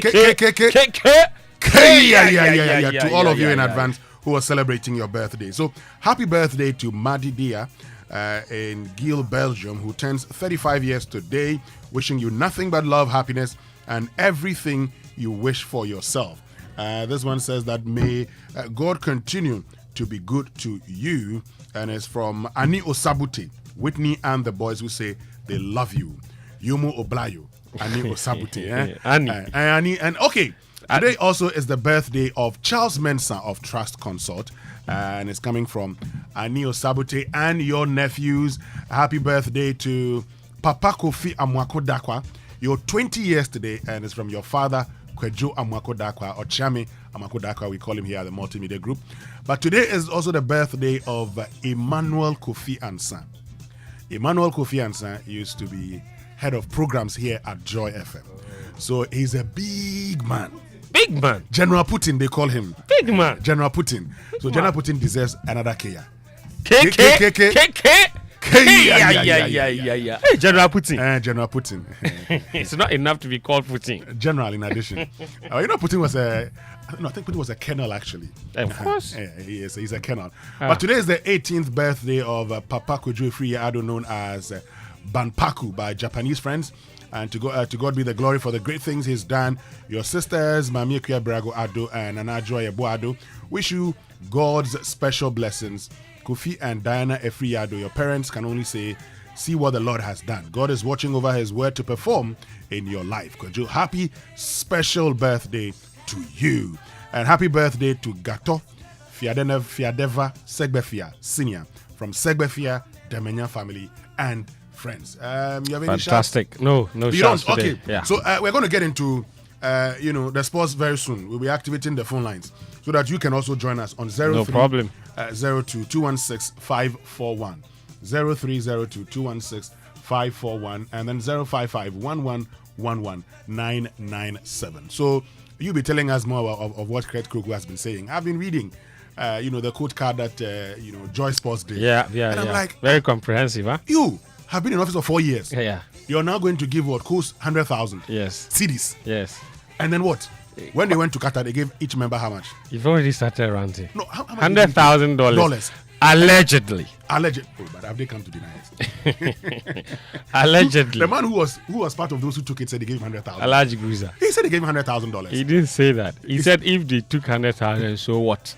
See, that's not an admission of so it means taking the money. It means they took money. He's saying even if they took money, so what? So they took money. Allegedly. Okay. $100,000 allegedly. Now you're going to spend 100,000 cedis on Coach football. $100,000 for buying footballs for Coast Football Clubs. Let's get into the sports center. And it's proudly brought to us by MTN. Everywhere you go. Standard Chartered Bank. Here for good. Allianz Life Insurance. We secure your future. 1xBet, your reliable bookmaker. And DSTV. It's your moment. And let's start with the Allianz for Life plan. Have you heard of it? Well, it's an affordable life insurance policy you can get wherever you are. Simply dial a short code, and the short code is *170# on MTN, and then select 5521, and then voila, you and another life are covered for hospitalization and death. You also enjoy very low premium cashbacks every year and many more. Just call Allianz Life Insurance on 0308 249 090, 0308 249 090, or visit our website on allianz-gh.com. It's Allianz for Life. The short code, simply dial *170# on MTN. Mato for life. Right, so it's a new world of doing business, and your business shouldn't be left out. It's time to get a Momo for Business today to accept payment from over 15 million Momo customers. All you need is a business registration certificate and your Ghana card. Applying to, the MTN merchant has been made simple and fast. All you have to do is just to dial *5051# and follow the prompts, or apply online at momomerchantapplication.mtn.com.gh. You receive a reference number which you can use to track your application, so don't get caught waiting. Enjoy secure transactions and convenient transactions for your business with MTN Momo today. Note that the application is free. Do not pay any money to anyone. For a merchant payment solution, report any fraudulent charges using the Momo app, available on Play Store and the App Store. Yes, and to all registered 1xBet players, we have something interesting just for you. A reliable bookmaker has launched a Jackpot of the Week promotion. You have a unique opportunity to get the weekly jackpot. Just look for the conditions on the promo page. Complete simple task and then get a chance to win a lump sum. We also remind you about registration on the website or in the 1xBet app with the promo code GHJackpot to get a bonus of up to 2,650 Ghana cedis. That's a lot of bonus. Do you lead a corporate business, a global subsidiary around the affairs of a small or medium enterprise? As a key decision maker in your business, we know you want to make payments seamlessly and access real-time transaction data, whether you're at work or on the go. Well, Standard Chartered provides the digital key to help unlock your business potential. That key is Straight to Bank, a single access end-to-end digital platform that helps you manage the needs of your business on the go, view transactions, pay your business partners and government institutions through Ghana.gov, facilitate real-time payments and collections with the latest encryption technology and security. Elevate your banking experience today with Straight to Bank, our award-winning digital banking platform powering payroll, cash management, trade, and securities. You can always bank on us. Kindly email premierservice.gh@sc.com to sign up today. Yes, and DSTV is the only platform that has all the Premier League. So all the goals, the moments, the clashes, the derbies, the drama. Just make sure to stay tuned to all of that on DSTV. Watch it all unfold live in HD with the option of exciting commentary in Chi. All this on a package of your choice. No one else offers all of the Premier League but DSTV. Get your DSTV decoder with 1 month Compass subscription for 299 Ghana cedis, or stay connected on *759# to enjoy it all.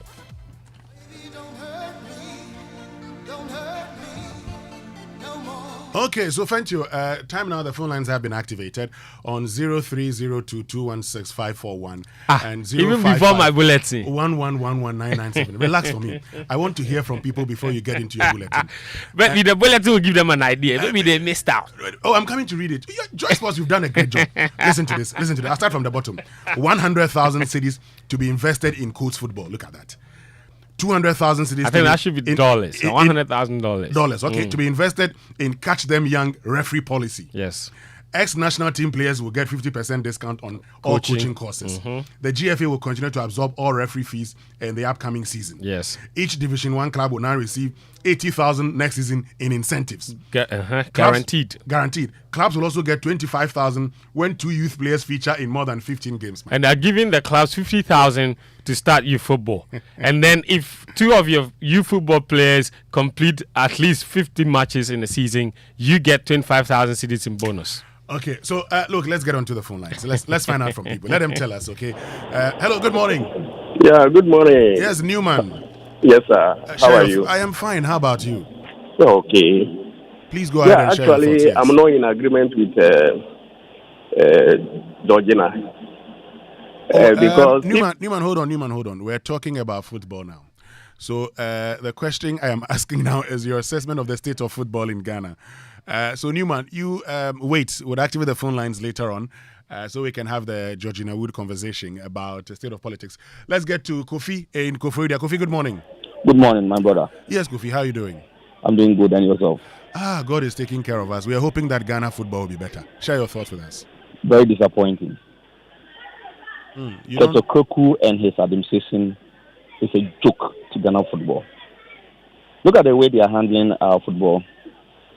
Those of us who had the passion going to stadium nowadays don't feel like going to stadium because of the way things are being handled as far as our football is concerned. Look at what he is saying. Where is the 5-year development plan that Ben Kofi and Co did? About Kofi, 5 years from Ben Kofi, there's overcrowd. I'm coming. I'm using that as an example. What was the result that we had from it? Ketokoko should tell us his plan for Ghana football, not now, but in future. Those things that he's saying, he's making mockery of himself. Very disappointing. Yesterday, when I heard him, I told myself, this man is not serious. Look at where he has brought our youth football. Okay. Kofi, thank you very much. You can also join us on 0302 216 541 and then 055 1111997. This morning we're discussing the state of Ghana football. I want to hear from you, okay? All of us love football, particularly in Ghana. We want to see our football thrive. And so what's your assessment of the state of football in Ghana? Let's get back onto the phone lines now. And we have Emmanuel joining us. Good morning, Emmanuel. Hello, Emmanuel. Good morning. Yeah, good morning. This is Sammy. Yes, go ahead and share your thoughts. Please, I want to know if the Congress yesterday, the GFA president was able to tell the football people whether they receive $100,000 each, or that money was, if they could, Emmanuel, if you could move away from where you are, I think there's someone who's speaking and is giving us a bit of feedback. Okay, I think we've lost you even. But his question was very clear. Thank you, yes. Answer that question. No, he did not. Yes. Keji didn't speak on that? No. There was no mention of what happened at the World Cup. He said they qualified us for the World Cup because of the prayers from the football people. So thank you very much. Okay. That was all. Gary, come and speak in general. Or let me open that microphone for you. Gary, what are you saying? No, I was also saying, Ked also mentioned that Ghana went to the World Cup expecting to win. The World Cup? Yes, please. Yeah, he did. Gary, don't do that. Oh, please. Our job is to report. We are reporting. We are just reporters. Okay, so let me just get back onto the phone lines. 0302 216 541 and then 055 1111997. Thank you, relax. I just want to hear from Ghanaians the assessment of the state of football in Ghana. So it's 0302 216 541 and then 055 1111 997. At Felix Fabry says he should set standards for teams. Thus, every team should own an academy, senior team, women's team, and at least 20,000 seater capacity stadium with floodlights and not training and proper training facilities. Any team that fails to provide these has to be relegated. They have to set standards. At Walasi 36 says, for the plenty talk and no results to show for, I will rate Ket's administration 2/10. And at IMC_Blink says Ket has been poor. And at Sinalis Dio says he's working. Maybe you don't follow GFA much. Always watch GFA News on YouTube every Friday at 8 p.m. and you'll know much about Ghana football. He inherited a corrupted league which is under transformation. And looking at where he's brought us, we must appreciate it. Let's speak to Arnold from Tesano. Arnold, good morning. Hello. Yes, Arnold, good morning. Good morning, Sino. Have you? Yes, sir. Yes, sir. How are you? I'm fine, sir. Great. Ket is just a joke. Ket is just a joke. It's destroying Ghana football. Anybody who like giving an excuse who is not ready to learn is a failure. Why can't we study the development countries that whose football are doing well and take something from them and develop our football? You know, Ket is just a joke, making his own thing. Then, I don't know, the Ghana football is not attractive. I remember I played at Vought Academy. Milo games. Where is Milo games? Where are all those things? Those days, when they are playing Milo games at those even at schools. Senior, you know what I'm talking about? Our school teams, where are they today? But Arnold, Milo games are school football. I mean, so this is Ket is just a joke. Okay, thank you. Thank you very much. Let's go to Sunyani. Alphonse, good morning. Good morning, my brother. Yes, Alphonse, share your thought with us. Okay. You know, football was dead after Anas Esposi. And Ketokreku is trying to revive the football. So we need to give him time. Now football is scientific. It is not like the old system again. So he's building the fundamentals of the football. He's taking it from the coast to Division 2, to Division 3, to First Division, to the Premier. And then if you look at the women's football, the development of women's football now in Ghana, you can see it yourself. So let's just allow him to build a football that we want. Okay. And I'm talking about people are not going to the stadium. You know, individual own the football teams. And you need to do marketing. You need to market your club so that supporters will come to the stadium. Assuming Joy FM doesn't advertise its product, who is going to buy Joy FM's product? Okay. So I'm urging the team owners to put up a marketing strategy to market their clubs. Thank you very much, Alphonse from Sunyani. Let's come to La, where Joseph is. Joseph, good morning. Hi, good morning. Yes, Joseph. How are you doing? I'm fine. How about you? You can't complain. Just like you can complain about Ghana football. In fact, our football has retrograded and have gone back, I think, 20 years plus. I was expecting him to do a lot when he was becoming the GFA president because he had a lot of promises. He was bringing the love back to the game and stuff like that. But this, he's rather taking the love after the games. Look at the way our under-20 performed. We just ended tournament in Morocco. And if you look at the way, there was another under-19 or so, they played draw. And we are just performing abysmally in all our activities that we are doing. In fact, for some time now, the country has really focused on Echo Black Stars. And that has been our main headache. Okay. Thank you very much, Joseph from La. There seems to be some noise coming there. I think you're at the construction site, but it's good that you're able to join us and make that point. Fentio, we lost yesterday under 20, right? Yes, we'll be telling you more about that. They are in Cote d'Ivoire competing in the WAFU Zone B U20 boys competition. They drew their first game 1-0 against Niger. Yesterday, they played their second game against Burkina Faso. They lost comfortably by 2-0. The loss was comfortable. Yeah, I don't know what else to say. And then their last game is against Cote d'Ivoire, of course, but we'll get to that a little later in a bulletin. Welcome, all of you. Good morning. This is a Joy Sports Center with me, Fentu Tahir Fentu. We start from the 29th Ordinary Congress of the Ghana Football Association, which took place at the Great Hall of the KNUST yesterday. It's where 4 days after FIFA was sent a petition against Keto Kreku, the FA president had a rare opportunity to respond to his masked naysayers. The solution to our football problems is not to defame people. The solution to our football problems is not to forge documents to mislead the public. The solution to our football problems is not about NDC and MPP, because football goes beyond political affiliations. Yeah, so that's the call from the GFA president to Ghana's football leaders. He also sent a warning to people he accused of forging documents to align him. When we took office, we established one canker. That is, attempts by people within the football ecosystem to always nicodemously go into the administrative part of our game, fish out documents, and push these documents into the public space to malign people and to damage the image of our sport. In recent times, people have used phones to take photographs of documents within the FA, and same have been reported to the security agencies, and soon people will be brought to justice. You may think that you are after Kurt. You may think that you are after Kweku Menu, but you are also after your own shadow. This is not football.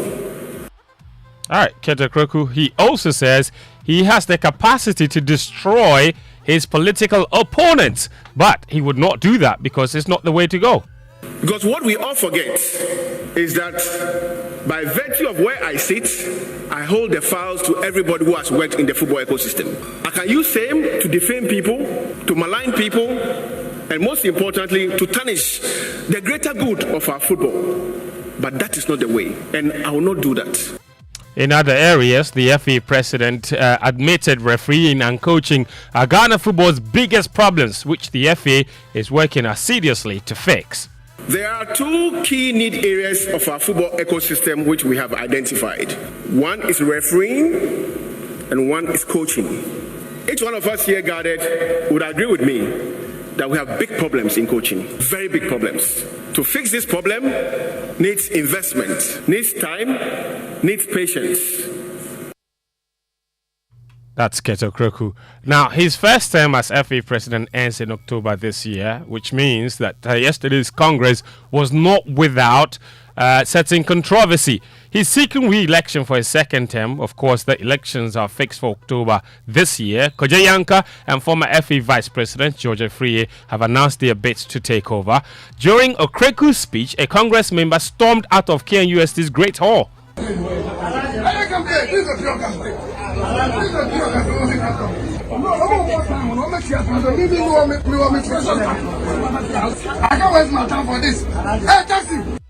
That was New Edibiasa CEO Abdulsalam Yakubu accusing Okreku of delivering a campaign speech at Congress.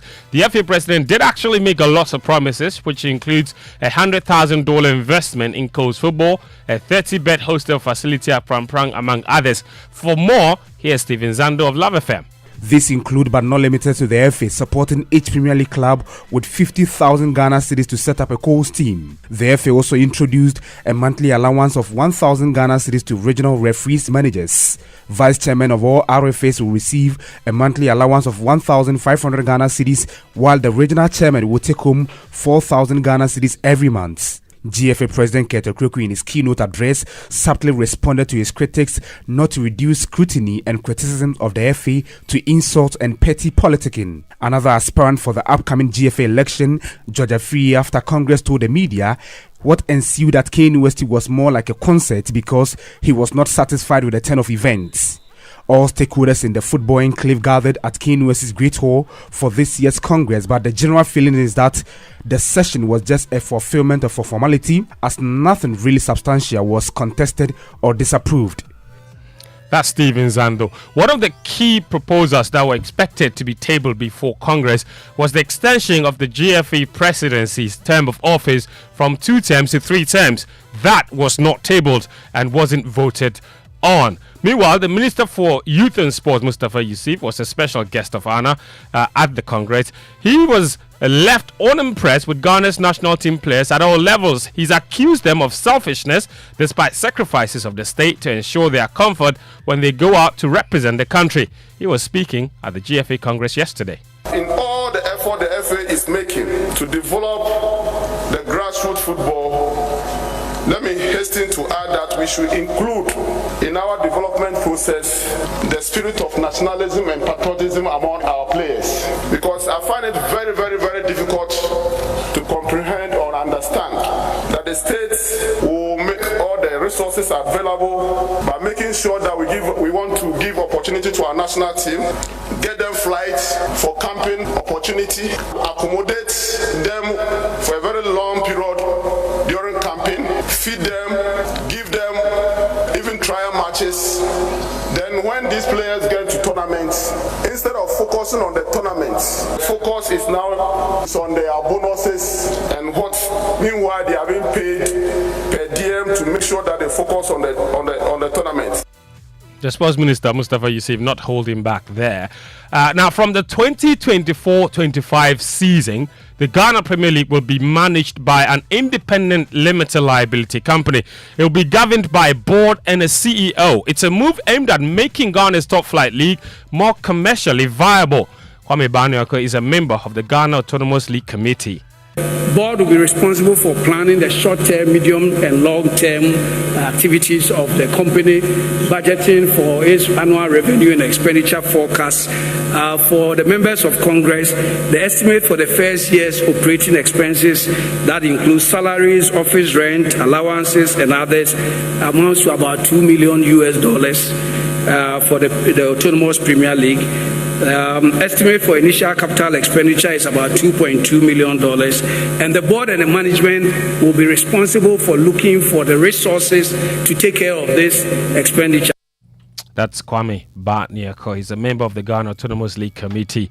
Of course, there's more on the Congress on our website, myjoyonline.com. All of the highlights put into graphics, the speech also there. You can watch back everything that happened at the GFA Congress yesterday. Away from that, the Ghana under-20 team, the Black Satellites, are in Cote d'Ivoire competing in the WAFU Zone B boys competition.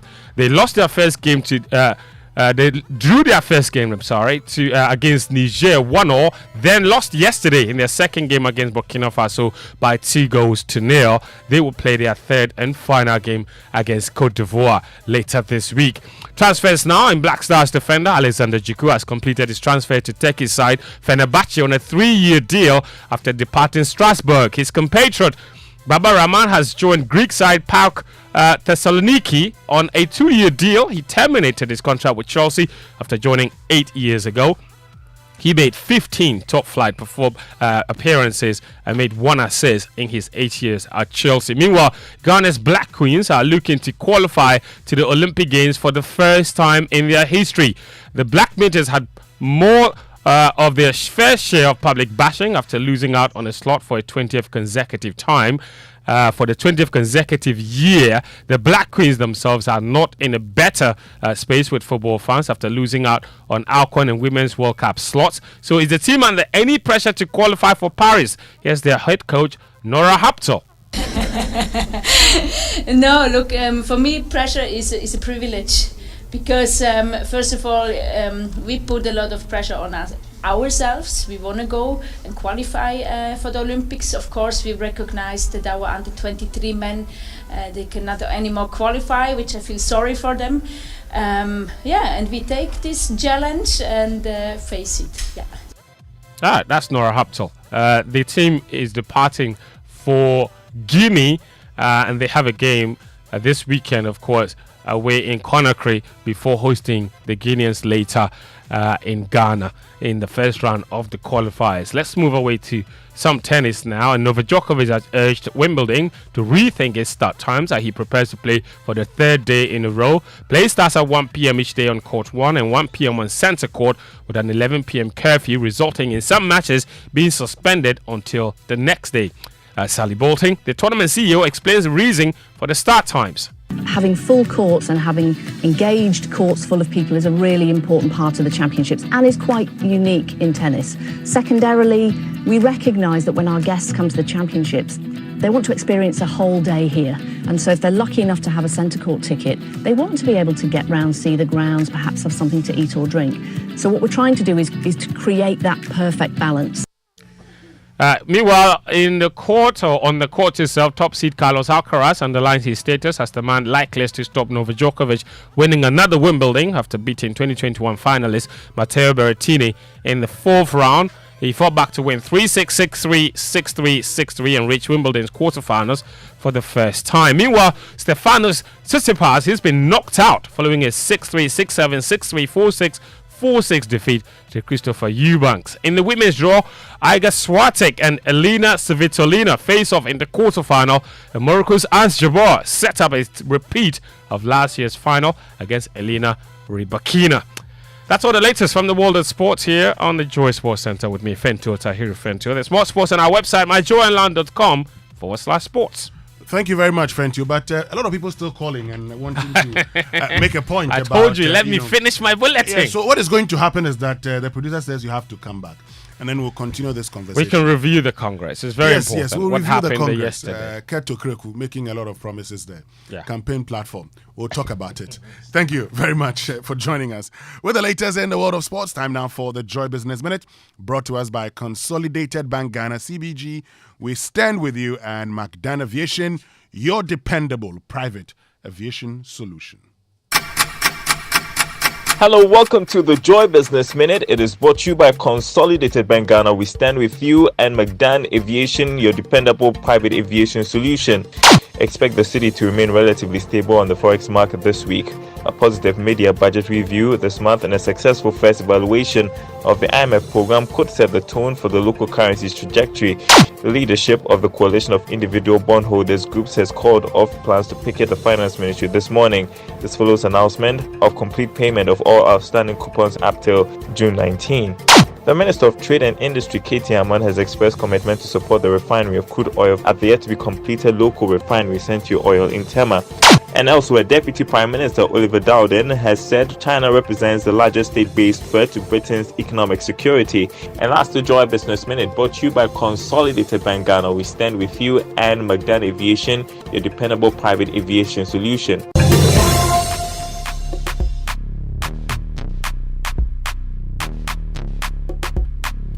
Welcome back. Now, do you have cash reserves or investments and require security on your investments? Then CBG's custody account is your best bet with a minimum of 10,000 Ghana cedis in cash or in investment. Individuals, pension funds, mutual funds, companies with reserve funds, NGOs, international funds, and investment firms can open a custody account with CBG. Enjoy the best of experience with our state-of-the-art technology and digital offerings, robust control and secured systems, swift settlement and transaction processing protocols, no transaction cost, unbeatable custody fees, and excellent customer services. Visit any of CBG's 114 branches nationwide to open your custody account. For further inquiries, contact us on 0302-216-000. Email us at talktous@cbg.com.gh or visit any of our social media handles on Facebook, Twitter, and Instagram. Terms and conditions apply. CBG, we stand with you.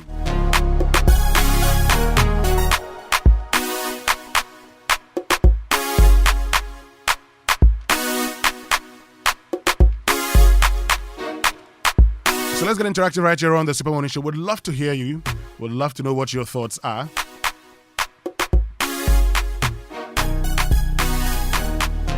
Particularly on this issue. One painful truth is that in this country, there are some decent, hard-working men and women with integrity, drive, and initiative who would rather quietly stay in their little corners than venture into politics.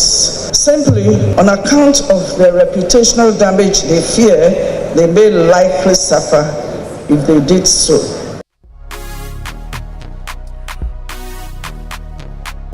Why are men of integrity finding it difficult to get into politics? Stay with us right here on the Super Morning Show, because this morning we're going to get into this issue. And I tell you what, we've assembled some of the best brains on this issue. So stay with us right here on the Super Morning Show as we get ready for this conversation. But would love to know your thoughts. Join us on Twitter. Use the hashtag JoySMS. Now, social media messages on the Super Morning Show brought to us by EcoBank, the Pan-African Bank. Ghana AIDS Commission test to know your HIV status and take steps to protect your health. Number 10 liver salt, a refreshing relief, and GTP lifestyle. So does your assistant salary account give you more? Is your salary in the right account? Worry no more, because the EcoBank salary account is here to help you. Open an EcoBank salary account today and enjoy free life insurance, which covers temporary and permanent disability, critical illness, hospitalization, retrenchment, and death. Well, with the EcoBank salary account, you have the ability to save as you spend, free debit card access to loans, and more. And the best part is you stand a chance to double your salary in the EcoBank Double Salary Promo Reloaded from now till the end of July. So open an EcoBank salary account today by visiting an EcoBank branch or ecobank.com to open your account online for amazing benefits. Please beware of scammers who may contact you on this offer.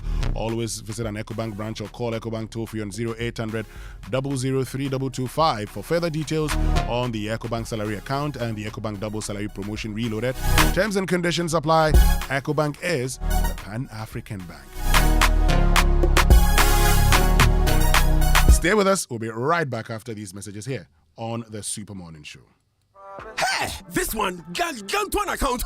Why are you running? It's all about the EcoBank salary account. EcoBank salary account. Why? You gonna make me fly? I promise, it will make your pockets rise. The salary account comes with many incredible benefits, like free life insurance, which covers permanent total disability, critical illness, hospitalization, temporal disability, retrenchment, and death. Also save while you spend, access loans, get free debit cards, and the chance to double your salary and more in the EcoBank Double Salary Promo Reloaded. It's starting from this May to July 31st, 2023. And there are so many other consolation prizes to be won. Hey, no wonder my hand was itching. This is the perfect account for my salary. So go ahead, open an EcoBank salary account today. You also stand a chance to win more than double your salary from 1st of May to the 31st of July in the EcoBank Double Salary Promo Reloaded. Terms and conditions apply. This promo is under the supervision of the National Lottery Authority under the Caritas Lottery Platform. EcoBank, the Pan-African Bank.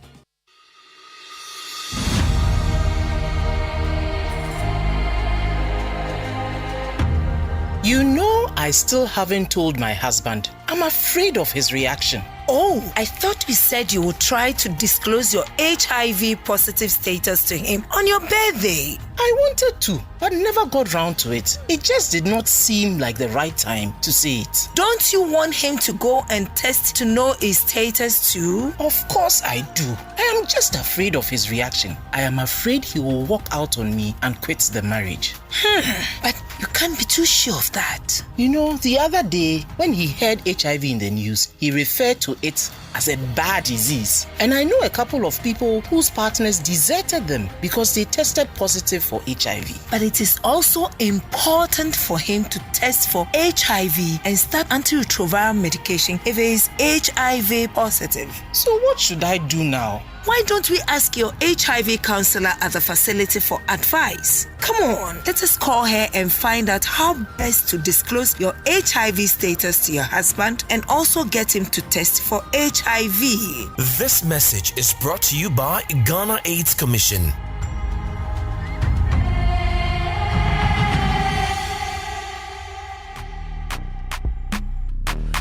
Welcome back, and thank you very much for staying with us here on the Super Morning Show on Joy 99.7 FM. And big stories this morning brought to us by Vodafone. Further together, latest from your partner for life. Belmonte by CPO Developers, the ultimate luxury experience. Access Bank, your number one remittance bank. Access Bank, more than banking. And on big stories this morning here on the Super Morning Show. One painful truth is that in this country, there are some decent, hard-working men and women with integrity, drive, and initiative who would rather quietly stay in their little corners than venture into politics. Of the reputational damage they fear, they may likely suffer if they did so. Are men of integrity likely to suffer reputational damage in our politics? Does our politics drive away men of integrity because of the reputational damage they may suffer? This morning we're having a conversation about our politics and what is involved in our politics and whether our politics lacks good men. And as we have this all-important conversation, look at it from this way. Why is it that all the people who get into our politics, or sometimes you even hear politicians themselves, make the point that they, the politicians, are engaged in corruption? Why is it that our state institutions have people manning them, people who are being appointed by these political heads? They get in there and run these institutions down, as in some of these institutions. Why is it that it's very difficult, for instance, for that MCE or DCE to just enhance the development of the area? Why are the people who have succeeded in their various fields finding it difficult to get into politics? Stay with us right here on the Super Morning Show as we have this all-important conversation. But let me tell you about the Vodafone Edim promo, which is finally here. Receive up to 20% of your money back in your Vodafone cash wallet when you recharge with 5 Ghana cedis or more. And here's 2 more reasons to keep your conversation going with a Edim promo. You can even send credit to a friend and they too will receive up to 20% instant cash. Recharge with 5 Ghana cedis and more from your preferred short code, your Vodafone cash wallet, credit transfer, my Vodafone app or other preferred payment platforms. The higher you recharge, the more you get back. Keep reloading in the Edim promotion and win with Vodafone. Vodafone, further together. And if you're looking for a 1-seater, 2-seater, 3-seater, or L-shaped sofa crafted to the finest details and available in various colors for your home, office, or hotel, if you're looking for comfort, durability, quality, and that perfect finishing, then look no further because Latest Foam is your one-stop shop, whatever your choice or budget. Buy from the best, not the imitated. Buy Latest Foam. Latest Foam, your partner for life. So welcome to Belmonte, where luxury meets comfort. If you're in the market for a home that combines class, convenience, and comfort, then look no further than Belmonte. Belmonte is located in the prime East Legon area of Lagos Avenue, and the Belmonte stylish apartment offers first-class luxury and cutting-edge finishing. So whether you're looking for an executive studio suite, a cozy 1-bedroom apartment, a spacious 2-bedroom apartment, or a custom villa, we have got you covered.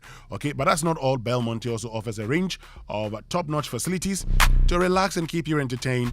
So why wait? Take that first step towards your dream home. Sign up for our 3-year payment plan and own your property today.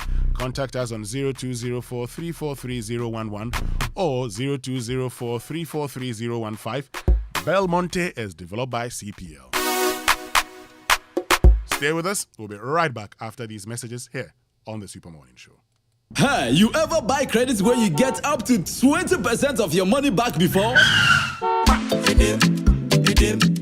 Make I tell you about Vodafone's Demu promo. See, anytime you recharge Demu, you get up to 20%, whether it be short code or your Vodafone cash wallet, or you don't use credit transfer to your number or someone else. And now you be high tech, so you don't use my Vodafone app or any payment app. However you do, Vodafone go send you up to 20% cash back into your Vodafone cash account. We'll reload here. But then you enter. Top up your airtime with 5 Ghana cedi or more in Vodafone's Demu promotion and receive 20% of your money back straight into your Vodafone cash wallet. Recharge and cash out in the Vodafone Demu promotion. Vodafone, further together.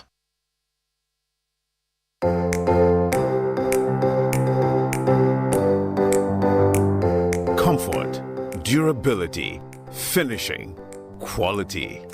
Choosing sofas and beds for your home, office, or hotel couldn't be easier with an exclusive range of sofas and beds in various designs and colors from Latex Foam. There is so much choice, whatever your budget. Latex Foam, your partner for life. It's morning in Africa. It won't be bright for another hour or two, but the continent is already on the move. Trade is kicking up and spirits are high as the continent prepares to move yet another 1 million tons of goods to markets across the seas. It's the hour for making tea and coffee, of cotton bales, splitting wood, diamonds in metal boxes, and tall buildings going up. The train engines are revving up, factories are opening, and big undersea cables are pushing the continent alive. 4 time zones, 1 million opportunities, and vibrant young professionals 100 million strong. It's morning in Africa, and one bank is opening the door to endless opportunities. With seamless Pan-African payment and trade solutions and presence in Europe, Asia, and the Middle East, we are Africa's gateway to the world. Access, more than banking.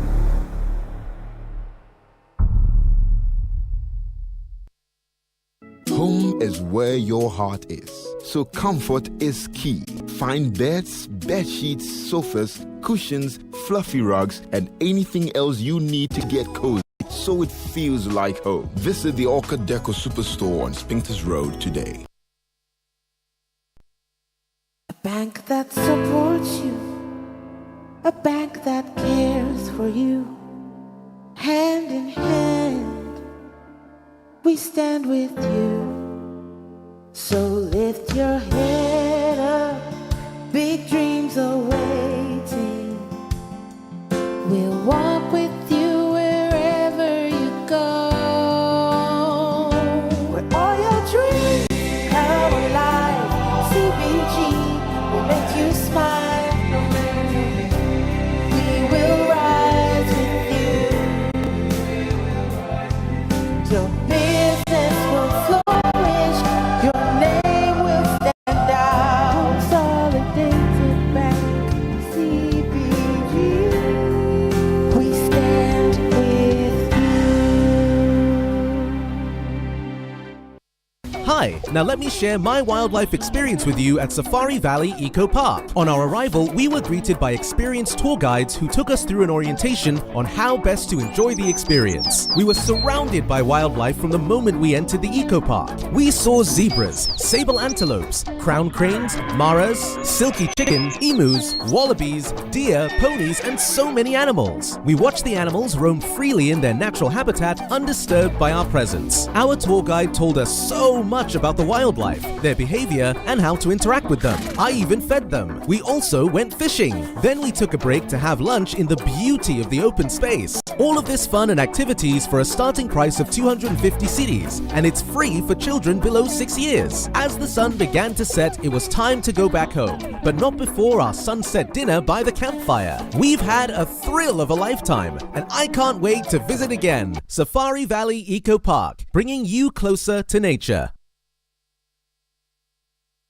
Coffee in your cup and joy on the set. The Super Morning Show is always the best bet on Joy 99.7 FM.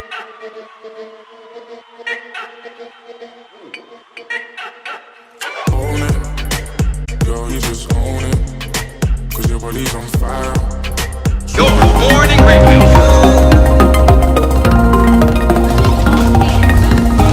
Your morning radio.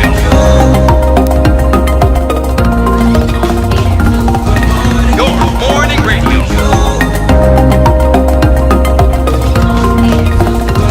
Your morning radio.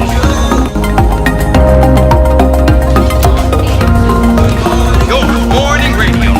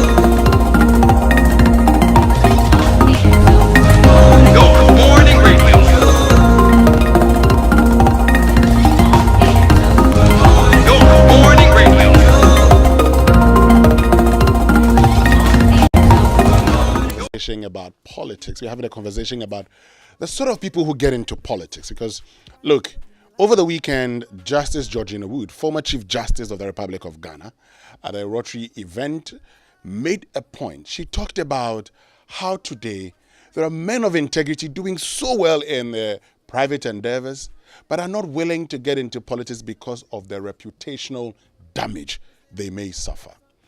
The question is this: what is it about our politics that makes it difficult for good men to get into it? What is it about our politics that the people that we said were good men or women got into it and became bad men or bad women? Or maybe we are wrong. That's what we are as a people. We're just a bad people pretending to be good people. And that's the reason we have these people in our politics just mirroring who we are as a people. I don't know what your thoughts are, but I'd love to know what those thoughts are. So you can join us on Twitter, use the hashtag JoySMS. You can also join us via WhatsApp 055-111-11997.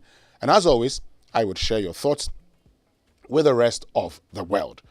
But let me just get into other birthday dedications. Before I do, let me say that we'll get back to the sports conversation because there are many of you who wanted to share your thoughts. I mean, I've been told of how many of you are still calling and wanting to share your thoughts right here on the Super Morning Show. So today is the 17th birthday of Clement Kasati.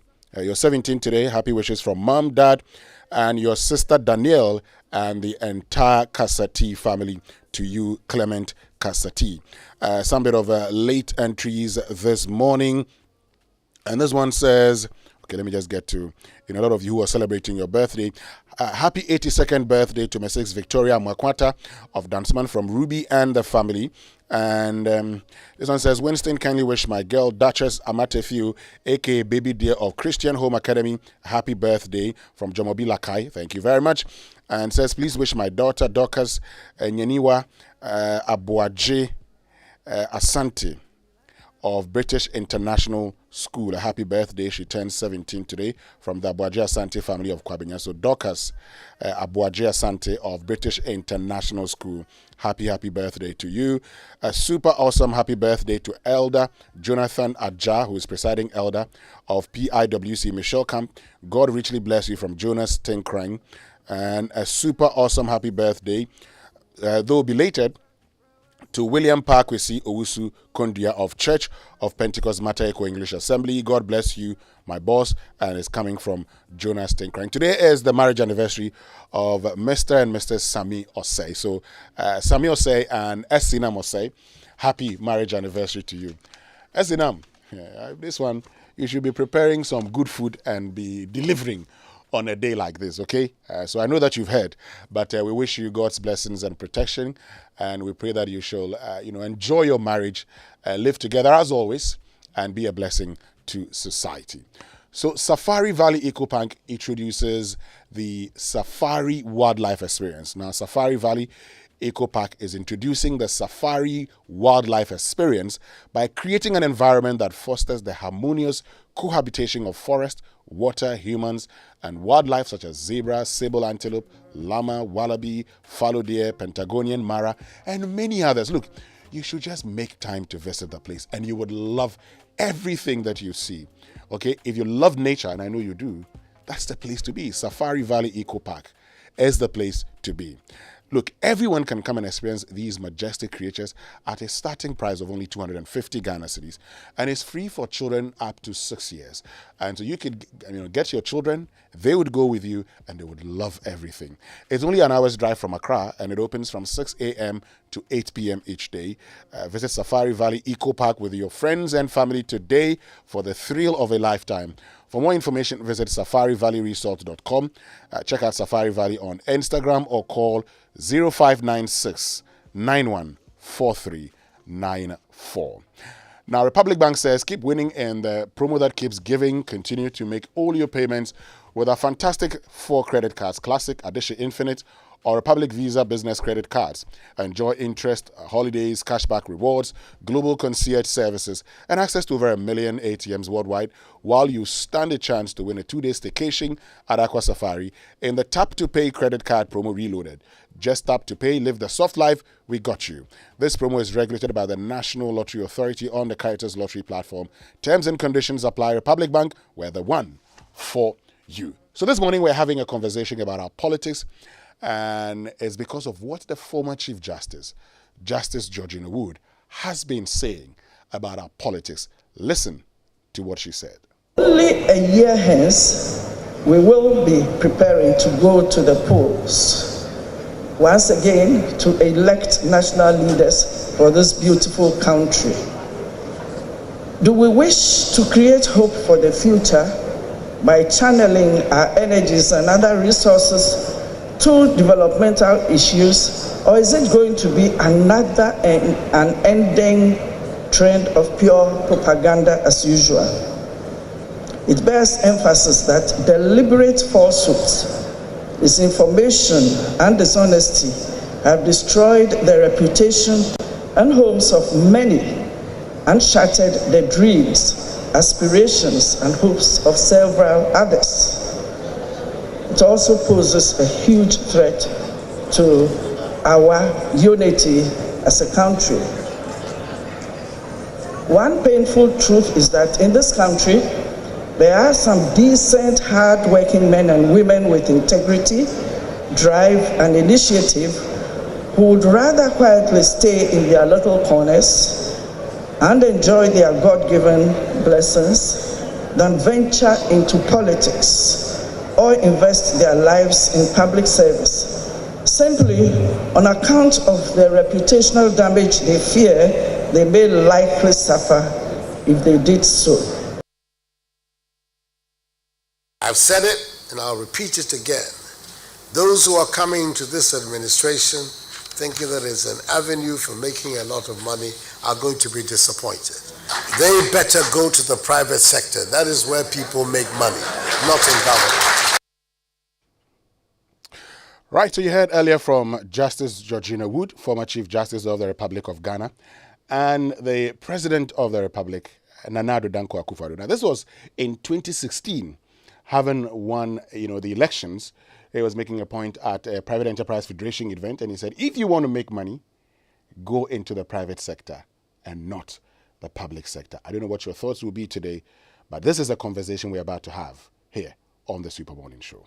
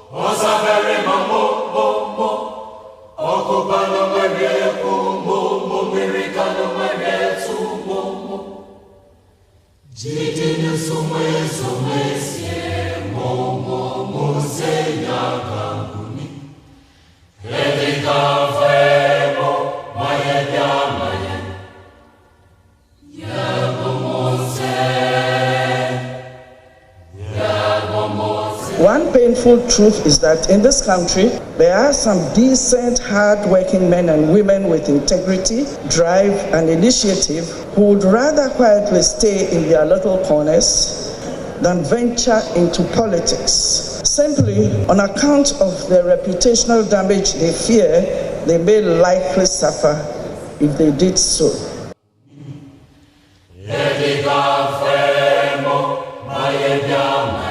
I've said it and I'll repeat it again. Those who are coming to this administration thinking that it's an avenue for making a lot of money are going to be disappointed. They better go to the private sector. That is where people make money, not in government. Coffee coffee in your cup, and joy on the set. The Super Morning Show is always the best bet on Joy 99.7 FM.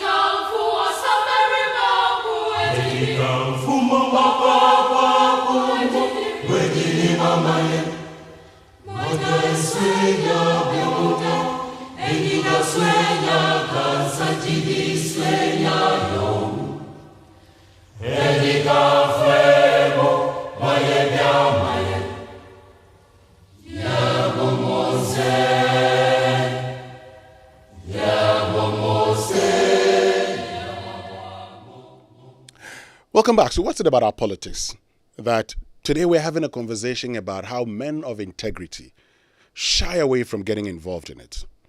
And this is coming from a former Chief Justice of the Republic of Ghana, Justice Georgina Wood, served as Chief Justice for 10 years. So when she makes that point, it has to be taken seriously. And so we're having this conversation. We're joined on the phone by Professor Bafo Agyeman-Duah, who is a former UN Senior Governance Advisor, former UN Senior Governance Advisor. He is also the CEO of the J. Kufuor Foundation. Professor Bafo Agyeman-Duah, good morning, and thank you very much for joining us. Good morning, Winston, and thanks for having me. So I believe you've listened to the audio of, Justice Georgina Wood. First of all, what's your assessment, your view on what she said? Well, I have to tell you, I have very high regards for Our Lady, first Chief Justice Georgina Wood, and I doff my heart to her because I think he's hit the bull's eye with this statement that he's made. It is a powerful statement because seldom do we get our respectable, highly accomplished public officials, retired, who come out. And that reminds me of another former Chief Justice who boldly went on a demonstration, picketing with others over the DDEP program. So I'm really delighted that these voices are being raised. Look, it's clear to all of us that our current political system is failing us and failing us badly. We copied, in my view, blindly, the kind of democracy that we cherish, the American democracy, and maybe the British democracy. So we put the two together, and we call it a hybrid, giving excessive power to the president, like the American presidential system, even though the one we copied is not endowed with so much power as we have in our country. Even then, look at what is going on in the United States. Their democracy is rotten. The party system is rotten, and everybody knows. In fact, if you follow American politics these days, a lot of democratic scholars are questioning the viability and relevance of American democracy because it's a system that is able to produce someone like Donald Trump who is prepared to subvert the very democratic system that brought him to power. So there's a whole lot of intellectual issues being raised about democracy. And I think, in a way, we are in a position to quickly revise ours, even though some people are resisting the whole notion of constitutional reforms or review only because they have vested interest. Okay.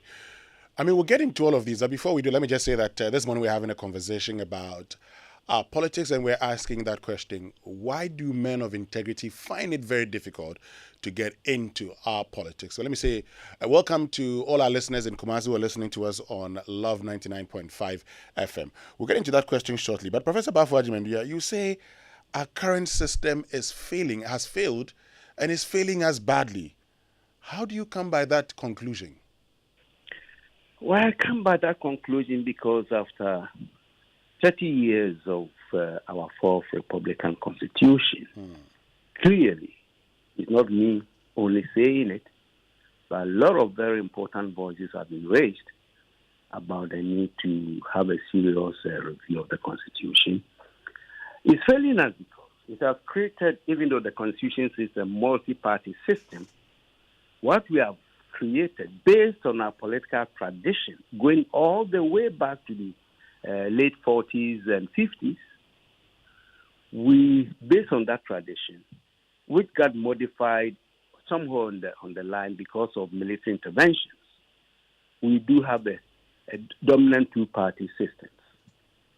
If you're talking about state capture, the capture has been successfully done by this duopoly in our system. And that is not even the reason why I say that. It's only because the system gives so much power, concentration of power at the center. So it's very difficult to check corruption. It's very difficult to ask for transparency and all the kinds of values that make proper democracy work. This system has literally disempowered the citizens, population. Why will a minister go to a district to open a school when we have a DC there? Because it's a centralized system that we have. And coming directly to what the former Chief Justice said, it is true, and I agree with her 100%, there are a lot of decent individuals in this country, here and abroad. And we see how why they hesitate to venture into this. I have nothing against those who go into politics. People say it's a dirty game. Maybe it's not. People say maybe people who go in there, maybe not. But the point is that we are unable as citizens to check the powers that the Constitution has endowed our leaders with. And therefore, because of the duopolistic nature of this, it has sharpened the divide in our politics. Okay. Such that if you cough and you don't, depend on where you stood to cough, you can easily be identified with another party. Let me give you my own example. Look, go ahead. You mentioned, and it's true, I'm CEO for the John A. Kufuor Foundation. I know a lot of people, then he's an MPP man because he's working for Kufuor. MPP man. But if you work for, Prof, somebody would argue, that if John Kufuor wants somebody to work for him, he would go for somebody who probably thinks like him.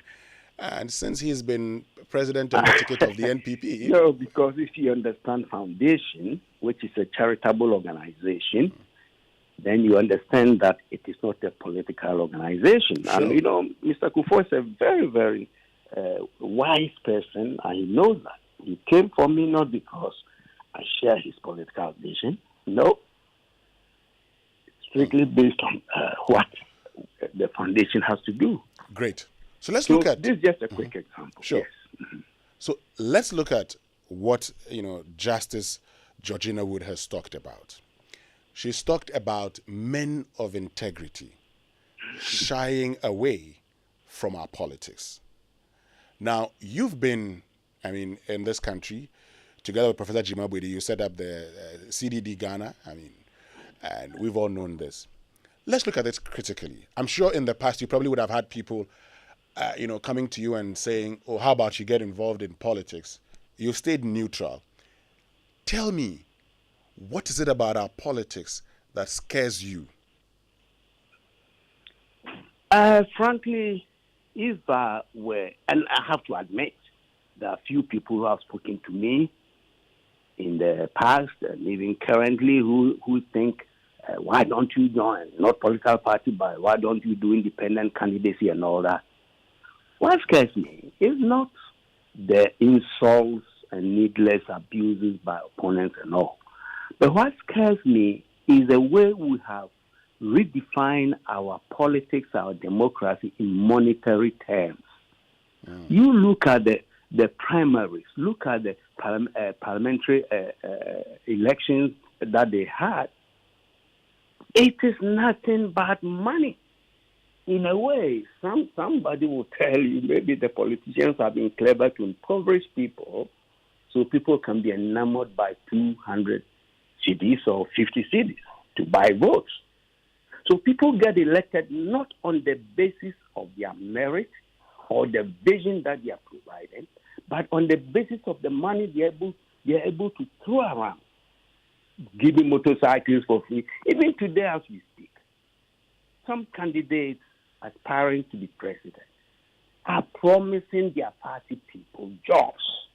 As if when you are elected president, your job is to create jobs for your party people. And that's happening on both fronts, across the political divide.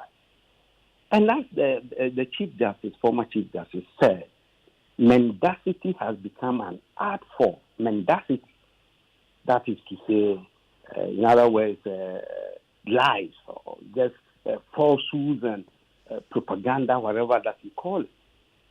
You know? And for some strange reasons, and one may think that 2023, when Ghana's education supposedly has risen to heights, newer heights and all, there are so many of us who are still vulnerable. You see?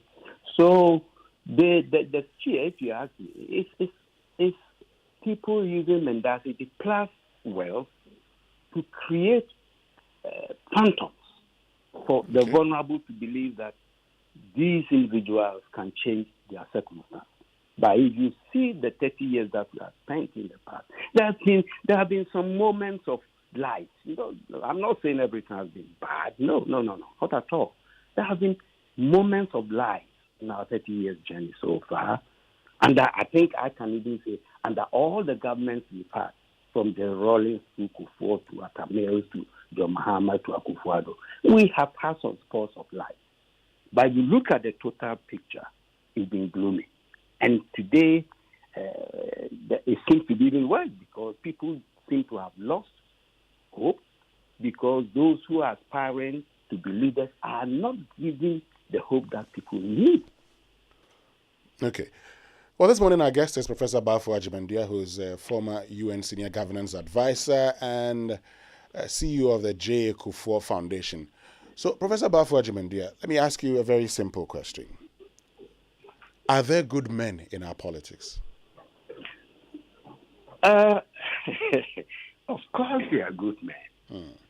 I think there are good men. But I think the good men get into politics and get spoiled by the system that we have created. That is the way I see it. Because frankly, towards election, not only the last one,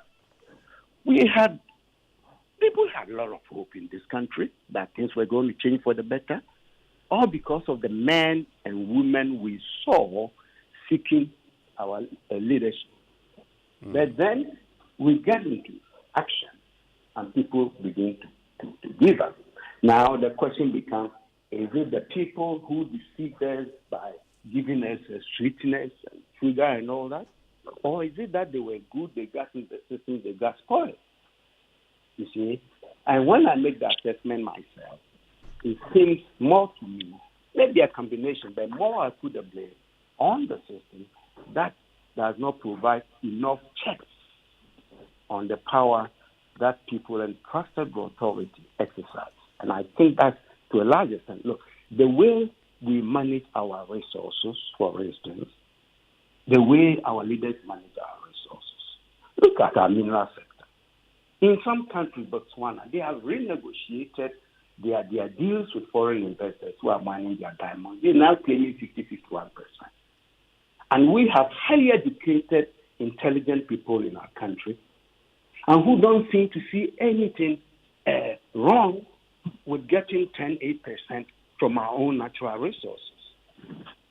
When Champon years ago decided to decree 51% of our natural resources, of course, he didn't stay long to see the benefits of that, and it was scuttled by the subsequent government, you see.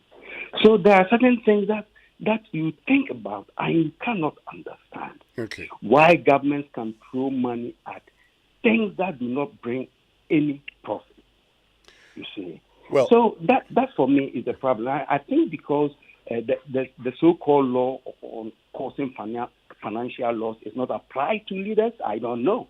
Because if, look, a good example. One government can say, I'm going to provide housing. He goes for loan, $240 million, go to set up what they call the Saglema housing, wherever. Another government comes, so I see a whole lot of problems with that. So for 6 years, I will do nothing about it, and the place is rotting.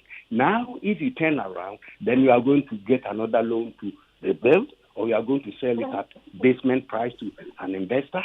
Okay. Look at the financial loss that the whole nation has gotten here. And this is just one example. Projects that have started, look, Kumasi has a perfect example. A champion side, he decided to build a massive hospital structure at the Konfanochi Hospital. He was overthrown, and for 45 years, nobody touched it. Now, Prof, talking years about back, the present president, Nana Akufo-Addo, decided to revive it. Then they discovered the whole thing needs to be pulled down. $20-30 million investment pulled down. Okay. Why couldn't we charge our former president with causing financial loss to the nation? But we are happy to jump on the road to go to see Euro bonds and other kinds of things, to do other things. You see, so the whole system, I think, is rotten. And the politicians are just cashing in and wasting our resources needlessly. Okay, let me bring For in... me, that's a major issue. So the people, yes, we have good people with integrity, as the first, the former Chief Justice said. But unfortunately, we are not seeing much from them.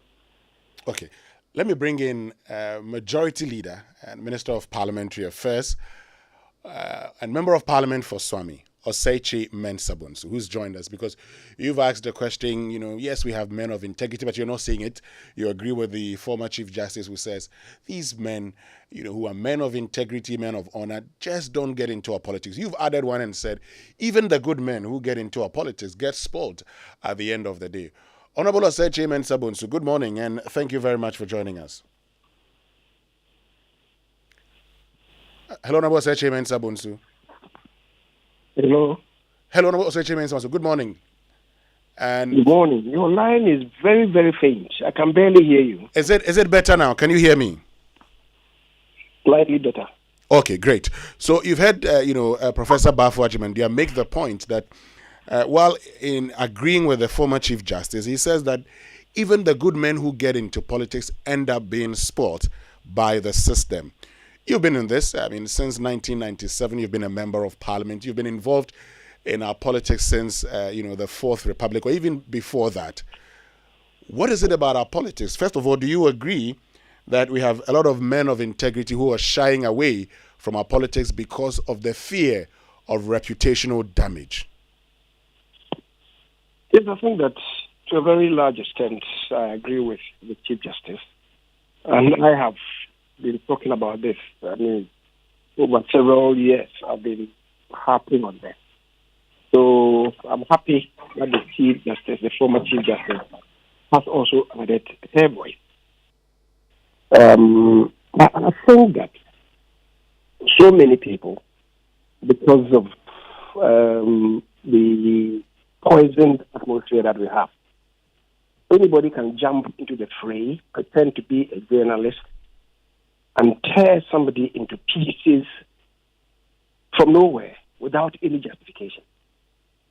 And people just look on. Nobody comes to the defense of the person that is being attacked. Yet you can see that person may not be in control of any facts. But he is in control of microphones, 2 microphones before him. He thinks that he can do whatever he likes. So the journalists are not helping our cause. I wouldn't say everybody, but some of them, maybe a few of them, are not helping the cause of this country by their attitude. Okay. Second, I also think that, and I've been talking about this, I also think that the process of selecting people or choosing people to various positions also doesn't help at all. Doesn't help at all. First of all, the political parties. I keep saying that there's nowhere in the established democracies where at the end of the life of Parliament, the sluice gates are open to all comers to come and contest a certain member of Parliament. And the parliamentary group has no say. People just come from outside. They've not been tested. They've not gone through any mail. They have fat wallets, and they come to dislodge people. They come to Parliament, and you see that they're not really matching up to the people that they came to dislodge. That is weakening Parliament. But that person who has spent so much getting elected to Parliament, I keep saying, my brother, that nobody enters Parliament who is a Father Christmas. If the person sows today, he wants to reap tomorrow. So if you put such a person, if his party wins and he's put in any place as a minister where he may be awarding contracts and so on, you can be sure that he will reap his harvest at the expense of the state. There can't be any pretense about that. Because we know people that we have been with in public space. You may know their standard of living. Overnight is made a minister. 2-3 years, his status changes overnight. Can we pretend we are not seeing what is happening? So we are contaminating the environment for ourselves. I will pretend everything is okay with our politics. Somebody may not be a member of Parliament. Maybe from outside, he's made a minister, appointed the chief executive, and overnight, we see what happened. All these things happen at the expense of the state. So somebody then begins to analyze these things and says, I've spent so much time getting to where I've gotten to. If I should go there, I may be put in that category. So better stay out. Better stay out. So we should do serious introspection on this as a country. I mentioned at some places that empirical study that has been conducted by the World Bank, which shows that in small unitary countries, especially the emerging economies, presidential system is not good for us because it is established that those countries are much more susceptible to corruption than those of them in the Westminster system. Is what we are pursuing best for us, or should we go back to the Westminster system? These are matters that should engage the attention of this country. So, by and large, as I said, I agree with what the lady Chief Justice, the former lady Chief Justice, has said. But a lot depends on all of us. I think we can change the system, which is why some of us have started talking to a holistic review of our Constitution. I think it will do us a lot of good. But the political parties must also wake up. They must also wake up. We'll get to the political parties waking up, and we'll get to our Constitution also. This morning, we're joined by Member of Parliament for Swami and Majority Leader, Honorable Osei Kyei-Mensah Bonsu, and Professor Bafo Agyeman-Duah, former UN Senior Governance Advisor and CEO of the J. Kufuor Foundation. We're talking about our politics. We're asking that question: why is it difficult for men of integrity and honor to get into our politics? But Honorable Osei Kyei-Mensah Bonsu, you make a point. You talk about nobody being a Father Christmas. Do I get the view that our electoral system encourages corruption? I think that's the point that I've been harping on all this while. It's the point I've been harping on all this while. A political party exists as per Article 55(3) of the Constitution to market itself. Sure. In public space about its programs, social and economic programs to develop this country. But people mount soapboxes and they get this now. This man is short. This man is tall. This person is handsome. This lady is beautiful. Let's vote for these people. It has no relevance. Others mount, they attack, when you get in stage, they are attacking their opponents, personally, instead of espousing what they themselves be able to do. I think last week, I had made a statement in June, about 2020, when I was talking about the polling station executives in my party, that they exist to do house-to-house campaign for the party per Article 6 of my party's constitution. And yet, you go everywhere, and the polling station executives are not doing that. Their interest is in maybe the time arriving for the election of parliamentary candidates, for the election of constituency executives, regional executives, national executives, presidential candidates. The focus is there, not on the bigger picture of doing house-to-house campaigns. So I was telling them that the president is not the one in charge of house-to-house campaigns, not the national executives. They cannot come to my constituency and engage in house-to-house campaigns. Not the regional executives, not Wuntumi and his group, or even the constituency executives. That is not their charge, to do house-to-house campaigns into a constituency. Our constitution is clear. It should be these people going from house to house and doing that. They themselves, do they understand the ideology of the party? Do they understand the manifesto of the party to be able to propagate this, to win souls, a new converts for the party?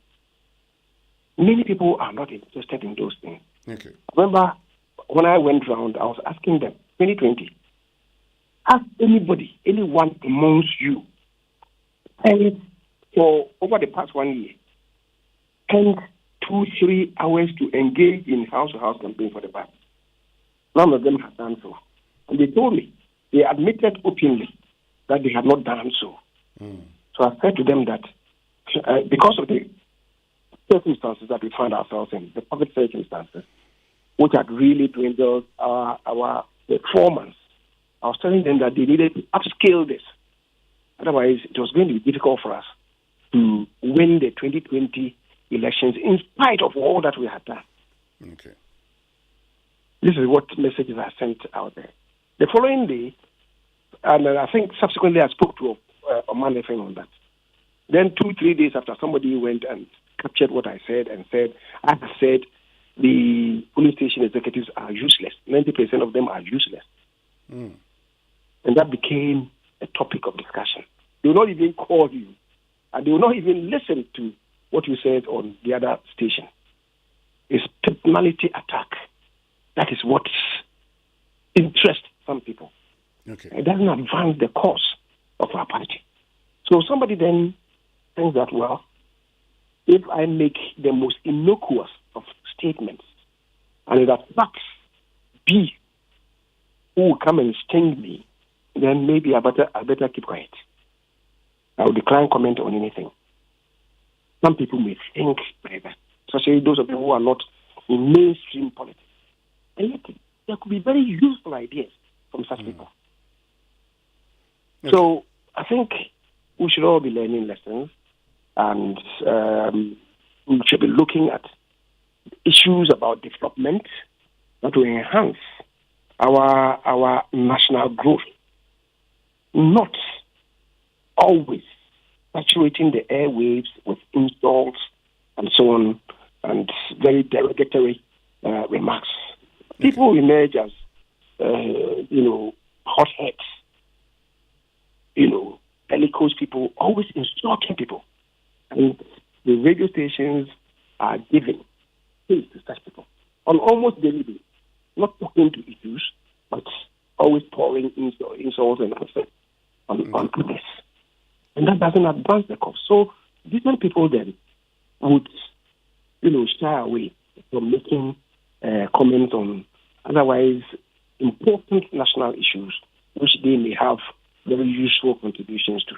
So I agree in general with the comments. We should all be learning useful lessons to advance the cause of our democracy. Great. And talking about advancing the cause, let me get back to you, Professor Bafo Agyeman.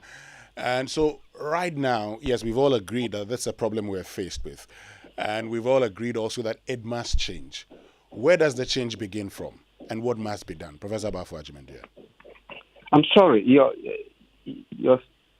it faded off. Hello? Okay, so I was asking that, we've all agreed that, we've all agreed with the former Chief Justice. We've all agreed also that things must change. So where must the change begin from and in what form must it take? That's a very important question. And I'm not sure I can give a precise response. But let me say this. The change should emerge from multiple sources. See, for me, the beginning point will be to revise the Constitution to restructure the power relations between the elected and the governed. It's very important. People don't tend to see it this way. Okay. When the Honorable Majority Leader was speaking, he made reference to a point that people come from nowhere with their money and become parliamentarians, have no history, have no experience behind them. That is what the system has created for us. That is to say, we have deliberately or not, is empowered local politics where actually tutelage in governance will begin. I'm talking about the issue of decentralization so that we can have vibrant democracy at the grassroots level, which we don't. So if you have money, you are educated, and you think you can do something, the only place you can look for a status, for wealth, for power, forever, is at the national level. We have over-unified our governance structure, and that is, in a way, a contributing factor to the corruption and everything, getting incompetent people to come into government. We are not prepared because there's nothing in our system that prepares you to assume national positions. Okay. It should be at the locality. But the president appoints everybody from the local level to the national level. So there's nobody interested in going to the local communities to show their competence or to learn before getting upgraded to national level. That, for me, is a key issue. So you need to address that. Then, of course, the change should begin from people like you and I. And I personally do admire some of you guys in the media who are constantly reminding Ghanaians about certain needs that we have. Okay? And I think to a large extent, our better organized civil society groups, like the think tank, they are doing a lot in this country. But do our political leaders listen to them? Do they relate to them? Do they engage them? You see?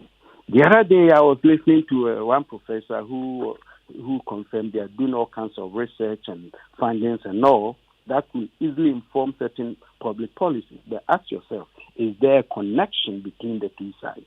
We set up institutions, spend a lot of money on them, but we disregard their products that could perhaps help in shaping the course of this country.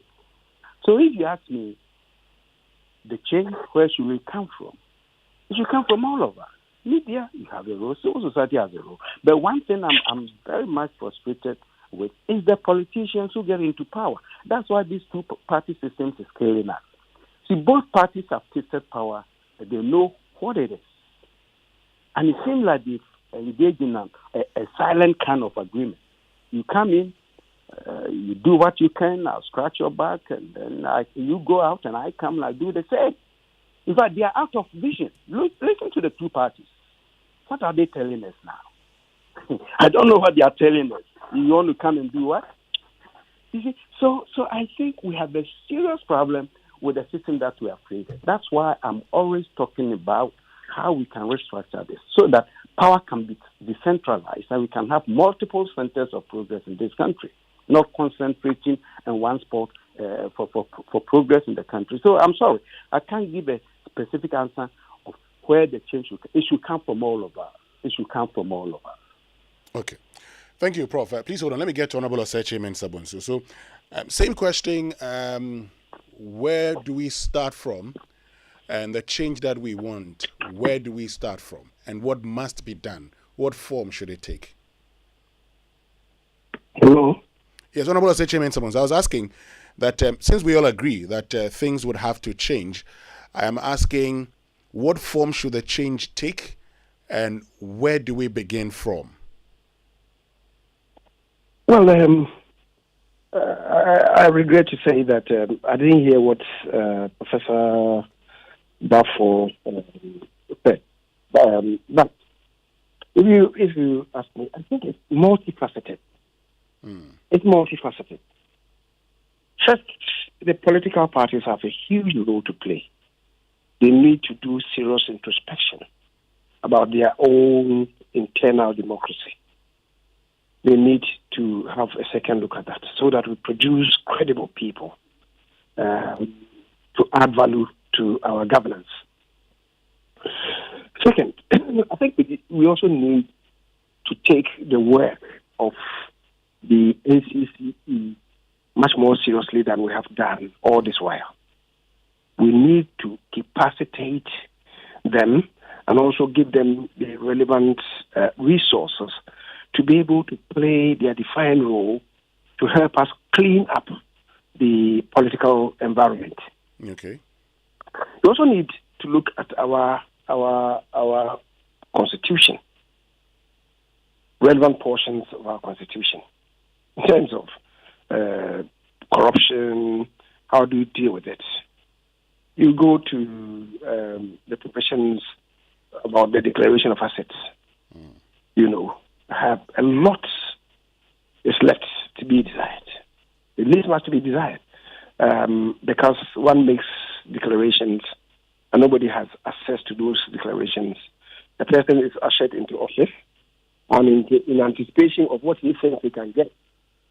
He's filling his form. He says that he owns 10 houses when he owns one, and because he thinks that within the next 4-8 years, we'll be able to have 10 houses. So he says he has 10 houses.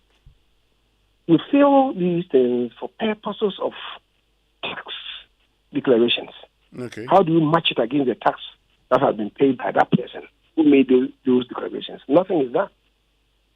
So there are loopholes in our constitution that people exploit to their own advantage.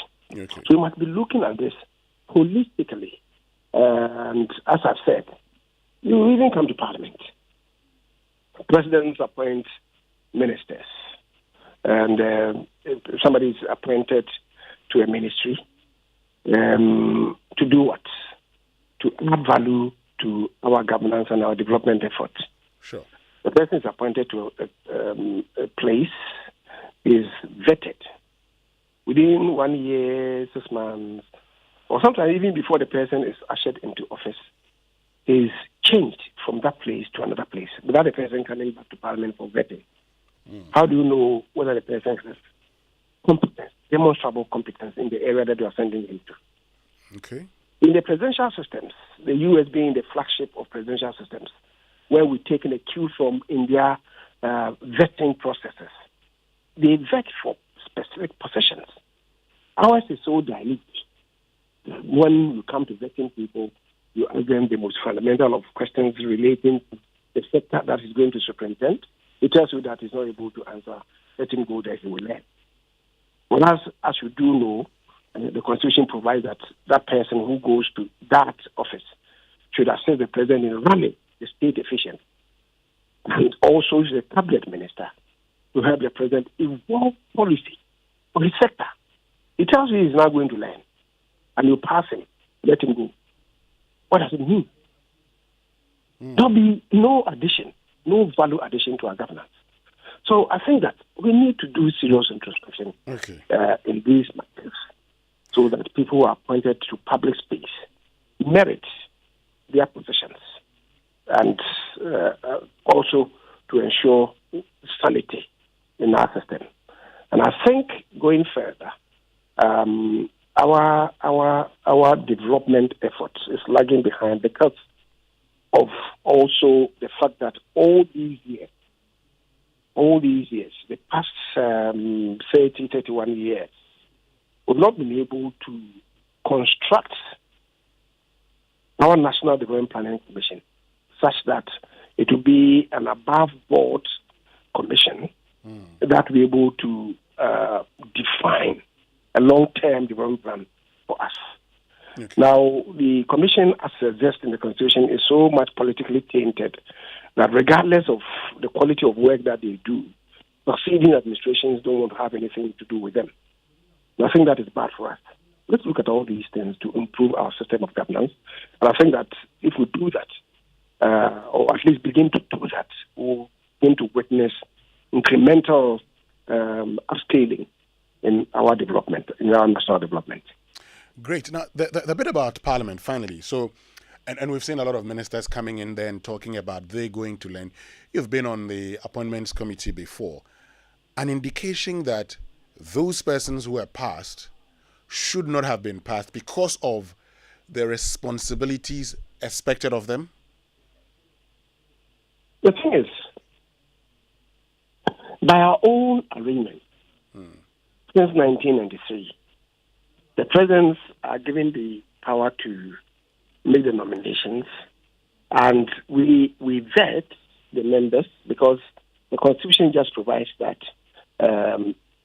the qualification and eligibility criteria as set out in Article 94 shall apply to ministers. Sure.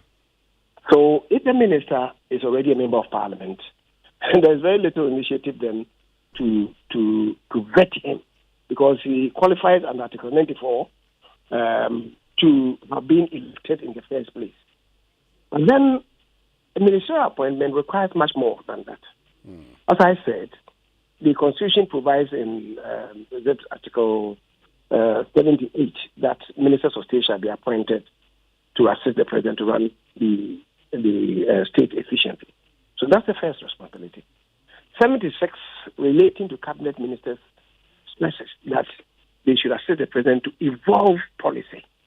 You must be competent in the field to be able to assist the president evolve policy in that field, not merely to depend on technocrats.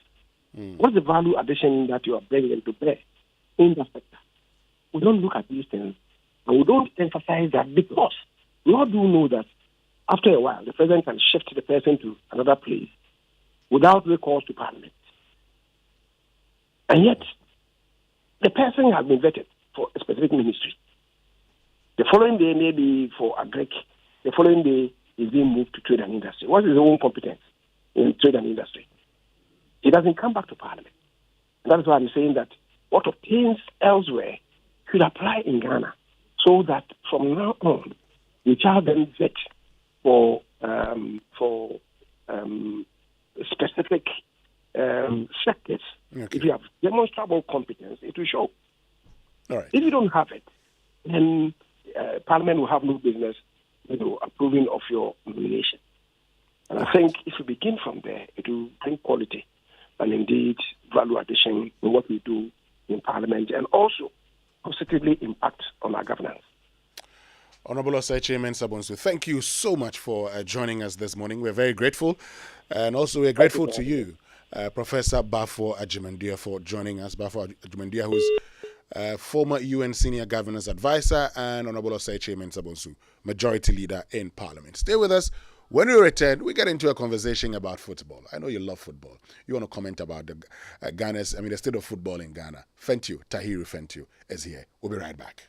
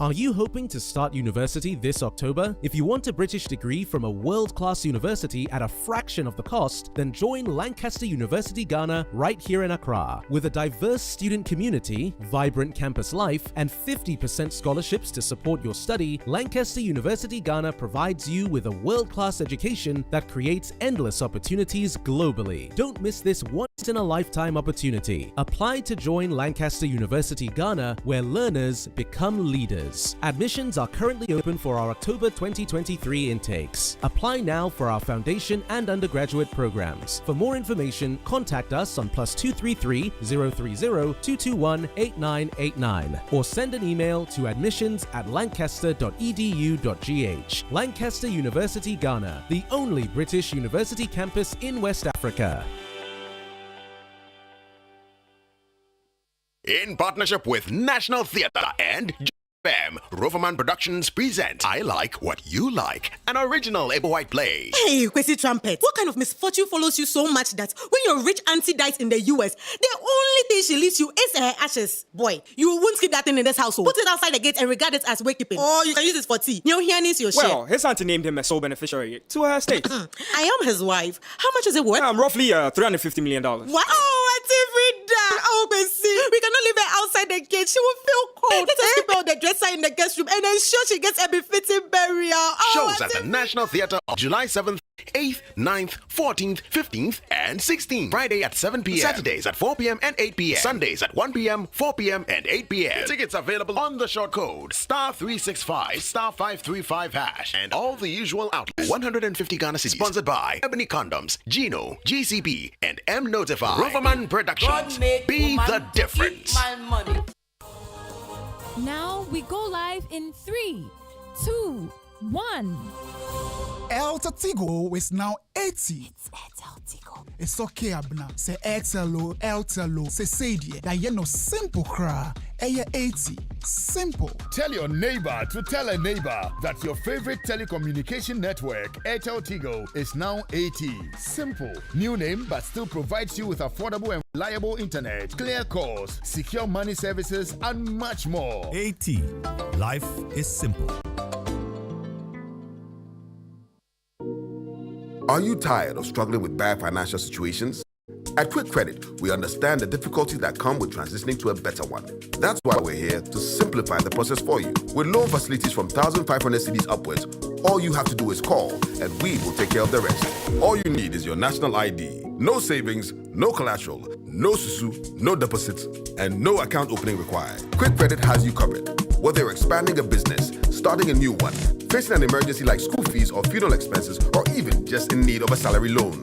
What are you waiting for? Call Quick Credit today. 0302-200-390 or 059-692-0833. We do not give loans via the internet. Quick Credit is regulated and licensed by the Bank of Ghana. Terms and conditions apply. Quick Credit. Lending made simple. Hello? Hey! I'm a far Charlie also. My #1 international carpenter. I'm good, oh. Nice one. I'm trying to register my carpentry business now. Isa say you feel help me. Oh yes. All you have to do is go to the office of the Registrar of Companies, ORC for short. They have been mandated by the government of Ghana to register all businesses, including sole proprietorships, partnerships, companies such as churches, schools, NGOs, CSOs, associations, unions, external companies, and professional bodies. Oh, sir. Yes, so any business you want to register, ORC is the office to go to. Remember, ORC is still in the same premises as the Registrar General's Department, and all businesses registered with the Registrar General's Department are still valid. If you need more information, go to orc.gov.gh or call them on 055-765-3130 and 0302-666-180. Charlie, then I have to look sharp. Quick. ORC, here to serve you. Say Lonat, Lonat, Lonat, Lonat. Hey, Lonat, Lonat, Lonat, Lonat. Lonat, Lonat. Then come cotton. Lonat, Lonat, Lonat. Malaria syndrome, Lonat. Everybody follow not sa malaria. A 3D Lonat now. Won't malaria chill. Popo. In the day. I want the Lonat. Lonat. No.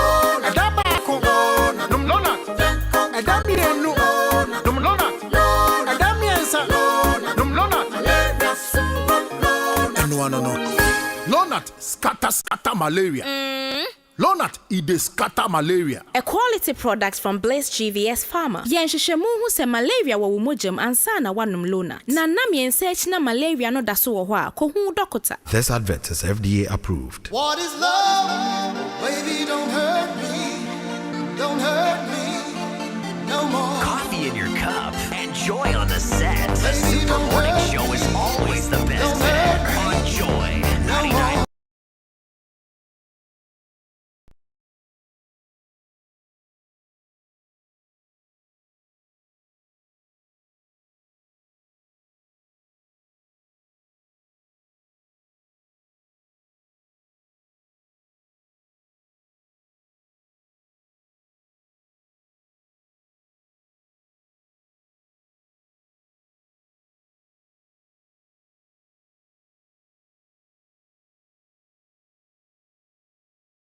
Staying with us. So you asked for it, and we have done just as you wanted. So you wanted us to continue with the sports conversation on the state of Ghana's football, and we've done just that. We're going to get into the conversation shortly because Fent is here.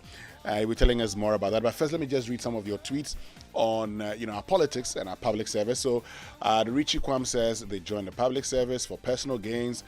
Ibrahim FR says the main motive for entering public service or politics is for Ghanaians to pay dearly for making them unemployed. Okay, and at Kwabena Yeboah says personal gain is overriding them all. And at Papi Solo says personal gain, of course, is why everyone from doctors to PhD holders and people from all professions are entering politics, because it allows them to turn their lives around faster than if they stayed in their various professions.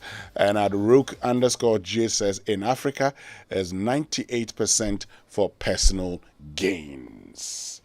Okay, so before we get into the sports conversation, let me tell you about Sukasa, because the Sukasa Ugranson Community's affordable luxury housing project is now rolling out its affordable housing unit on sale for its 3-bedroom unit with an outhouse starting at $97,500 or its city equivalent, and its 4-bedroom unit with an outhouse starting at $195,000 or its city equivalent. And we offer you various convenient payment options. Our projects are presently at East Legon Hills and Ayi Mensa sites. We are located at Lagos Avenue in East Legon. Call us on 0302 960865 or WhatsApp 0553697886 for your inquiries. You can also reach us via email at info@sukasa.com.gh and on our social media handles at SukasaGH. Sukasa, building on trust.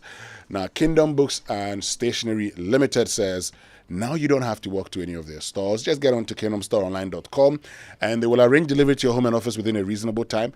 They offer free delivery within Accra and Tema and accept payment via Momo across all networks. Terms and conditions do apply at Kingdom. Quality and affordability are their hallmarks. So experience the excellence and global recognition of a British education combined with convenience and affordability at Lancaster University, Ghana. Expand your horizon and elevate your career prospects with a British degree delivered right to your doorstep. Apply now and embark on a transformative educational journey that will shape your future. Admissions are currently open for October 2023. For more information, kindly visit lancaster.edu.gh. You can also contact us via email admissions@lancaster.edu.gh. or call us on 0302-218-989 or 0209-607-008. Lancaster University, Ghana, the only British university campus in West Africa. Before we get into the conversation with Fentio, let's listen to what the GFA president, Ket Okreku, said.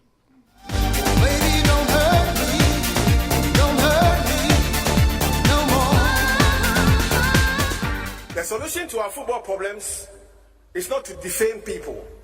The solution to our football problems is not to forge documents to mislead the public.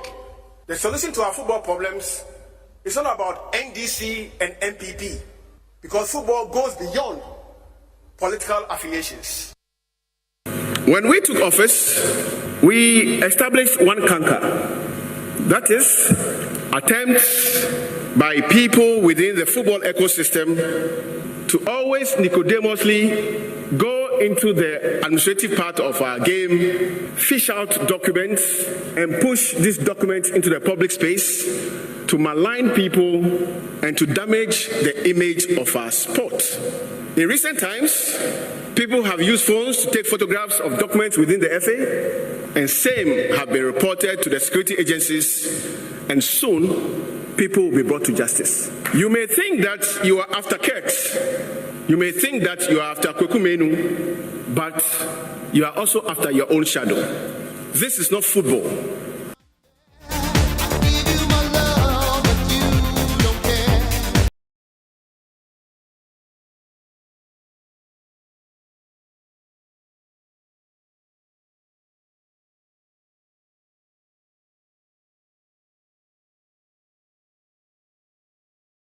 So this morning, question is very simple. What is the state of football in Ghana? What is the state of Ghana's football? Are you happy with the state of Ghana's football? Well, Tahiru Fentiu, you've been monitoring yesterday. We're all looking forward to the GFA Congress. Yes. And FA President Keto Kreku spoke, giving a standing ovation. People happy with his speech. Now, you have, giving us, you've summarized it for us. RFA chairman to get 4,000 cedis monthly, and vice chairman to get 1,500 monthly. Do we pay the national team coaches apart from the Blasters? Do we pay the rest? Listen, Winston. The GFA have said that much, that the national team coaches, apart from the Blasters coach, is not. They are not on salary. This is a fact. The chairman of the Black Meteors management committee, the team that just got knocked out of the Olympic qualifying event, when he was asked how or whether they were remunerating the head coach Ibrahim Tanko, he said categorically in an interview that they don't pay them and that they depend on per diems and bonuses. And that is a story across all of our national teams at all levels except the Black Stars and the Black Queens. So the U20 coach, who is in Cote d'Ivoire as we speak, with the U20 Black Stars Lions national team, it's not on salary. The U17 coach is not on salary. The U23 coach is not on salary. The same applies to the female versions as well. We have a U15 team, no salaries. U17, princesses, maidens, all of them. The coaches don't have salaries. They don't take salaries. So how do you expect them to survive? The concept is take coaches who are already engaged with other Ghana Premier League clubs or Women's Premier League clubs. Which team does Tanko coach? Lions. Okay. Accra Lions. Accra Lions, okay. Exactly. He's the technical director of that team. Unfortunately, that doesn't always work because the club job is such that you can lose it at any given time. And at the moment, Samuel Boadu, who was the head coach of House of Folk and lost his job, is now the head coach of the Black Satellites team, and that team is competing in Cote d'Ivoire as we speak. They lost their second game 2-0 yesterday. So imagine in the last year he's not had a job at club level, and he's head coach of a senior national team. The under 20 national team, and he's not been paid salary since he took charge, and he's now playing a first competition in a long time, and that's the only way he gets per diems. And that's why people say sometimes it makes them very susceptible to influence, because if you're not being paid salary for all this time, and the only time you get paid diems is if you go to camp or if you go for a competition, which only comes around every now and then, every once in a while, then you have a problem. And that's why, for example, some people had an issue with the fact that the GFA can't find money to pay RFA chairman and, of course, their vice presidents or their vice chairman 4,000 Ghana cedis and 1,500 Ghana cedis respectively, but they can't hand the coaches professional contracts that mandates that they pay them. the reason the coaches haven't been paid, mostly we've been told, is because the payment of these coaches is from the Ministry of Youth and Sports and not from the GFA. Whereas in other countries, in other jurisdictions, the FAs are employing the coaches and paying them themselves. Now, the GFA does not employ the coaches, especially the senior national team coaches, Black Stars, or they are paid directly by the Ministry of Youth and Sports. But the GFA has a say. And yes, they do have it. And that is one of the biggest conundrums in our football. The appointing authority is not the one paying the salaries. And so you always have this issue where the one paying wants to have a say on who becomes the coach. And so you get to the point where, and that is why last year we had one of the strangest searches for Ghana coaches ever, where the GFA president or the GFA were in pursuit of Otuado, while there were suggestions that some other people in government wanted Chris Hughton to take over.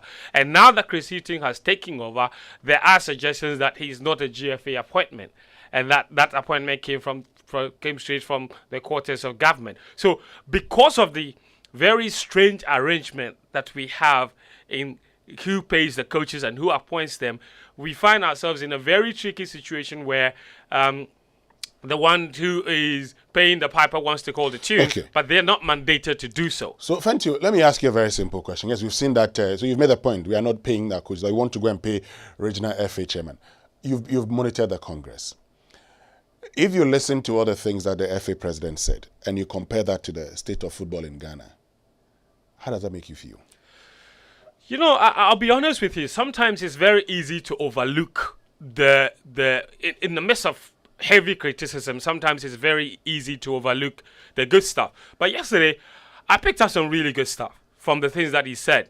You know, we can make an argument about why he hasn't fixed them in the 4 years he's been in charge and is now making promises.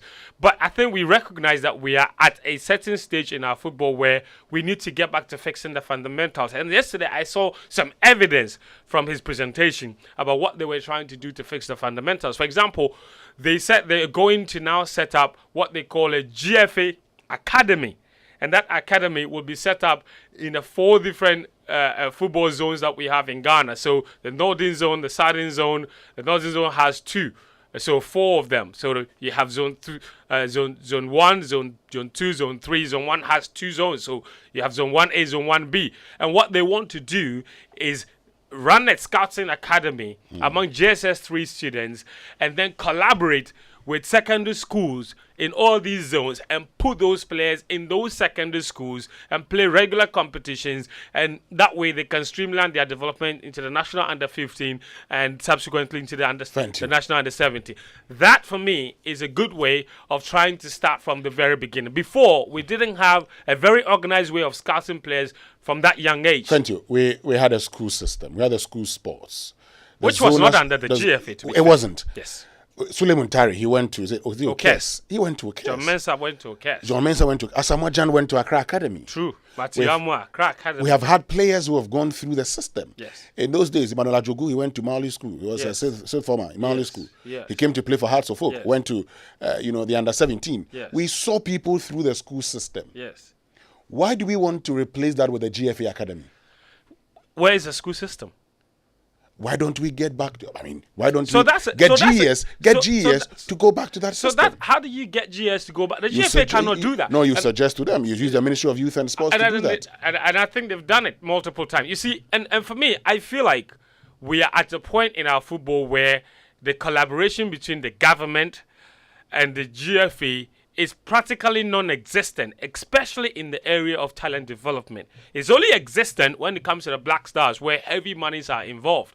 And that is a very lazy approach, and that's probably why we are where we are today.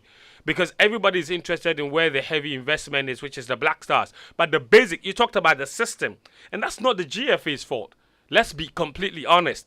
That the system that you talk about, where the players came through, GFA didn't run that system. That system was purely governmental, from the Ghana Education Service. Now check your timetables now. Sports is seen as some leisure activity. Yeah. And that is one of the fundamental issues. There are not even playgrounds for school children in the schools. Everywhere is becoming a building. Do you understand me? PE lessons.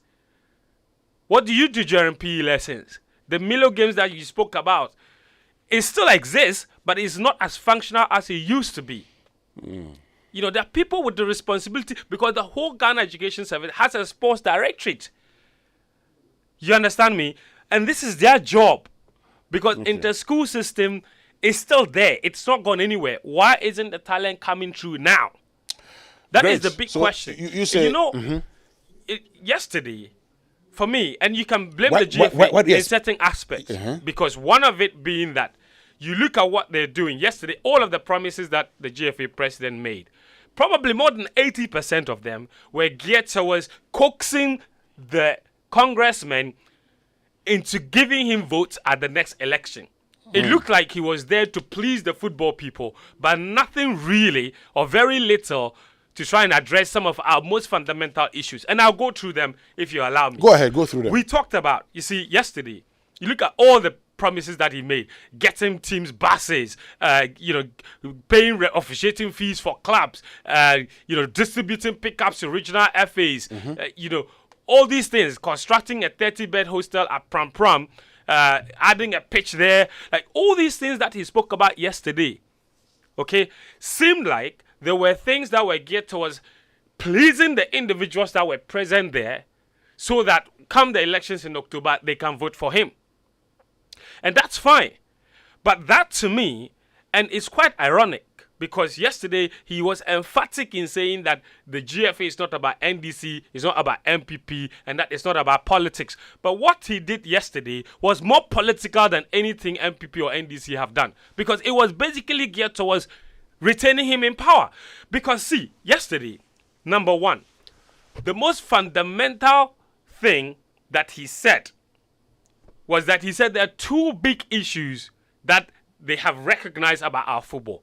And that the two biggest deficiencies in our football today are, one, coaching, and two, refereeing.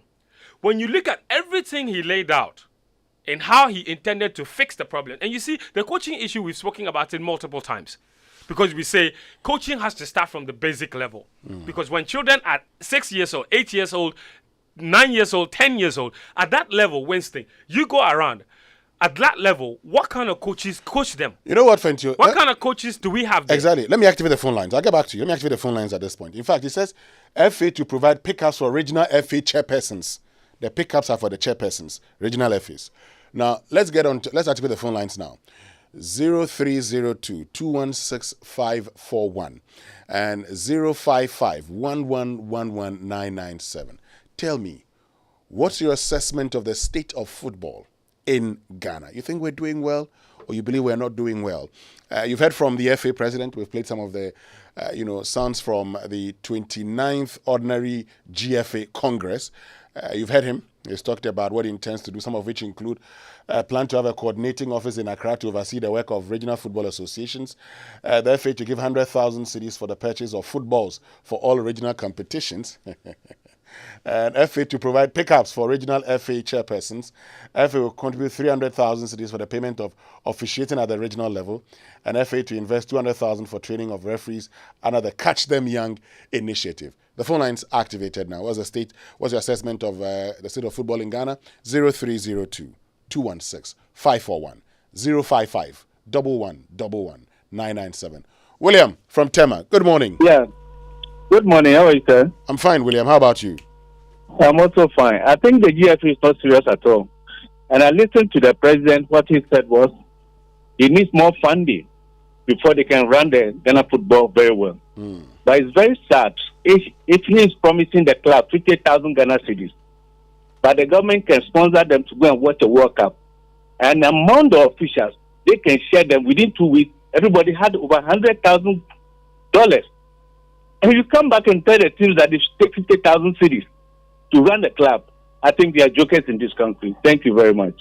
Thank you very, very much, William from Tema. You can also join us on 0302-216-541 and then 055-1111-997. What's your assessment of the state of football in Ghana? Give us a call now and tell us what your thoughts are on 0302-216-541 and then 05511119997. Abu Mohammed, good morning. Abu Mohammed, good morning. Hello, good morning. Meeting. Yes, Abu. Yeah, me, right from day one, I did not believe in this administration because they were part of Nyanteki's administration. And if you know, you could have contested, but you waited until Anas did his thing. So I had wanted George P. rather to be voted for because he was the only one who was bold enough to contest Mr. Nyanteki. So when these people know they want this position and they did not contest, then from there, I know they will not do any good job. Thank you very much. Thank you very much, Abu Mohammed. Nee from East Legon would address that issue about being part of the Nyanteki administration. Nee from East Legon, good morning. Hi, good morning, sir. How are you? I'm fine. How about you? I'm very fine, sir. Great. I was listening to your program some few minutes ago, and I hardly do these call-ins, but I think this is a time for all Ghanaians to, contribute by, speaking up and helping Ghana football. Look, at a point in my life, I could easily, wake up Sunday morning and then say that, no, I'm going to the stadium to watch football. But with this crop of officials, this leadership, Keto Kweku and co, I think they are more interested in what goes into their pockets, not, Ghana football. Look, back in secondary school,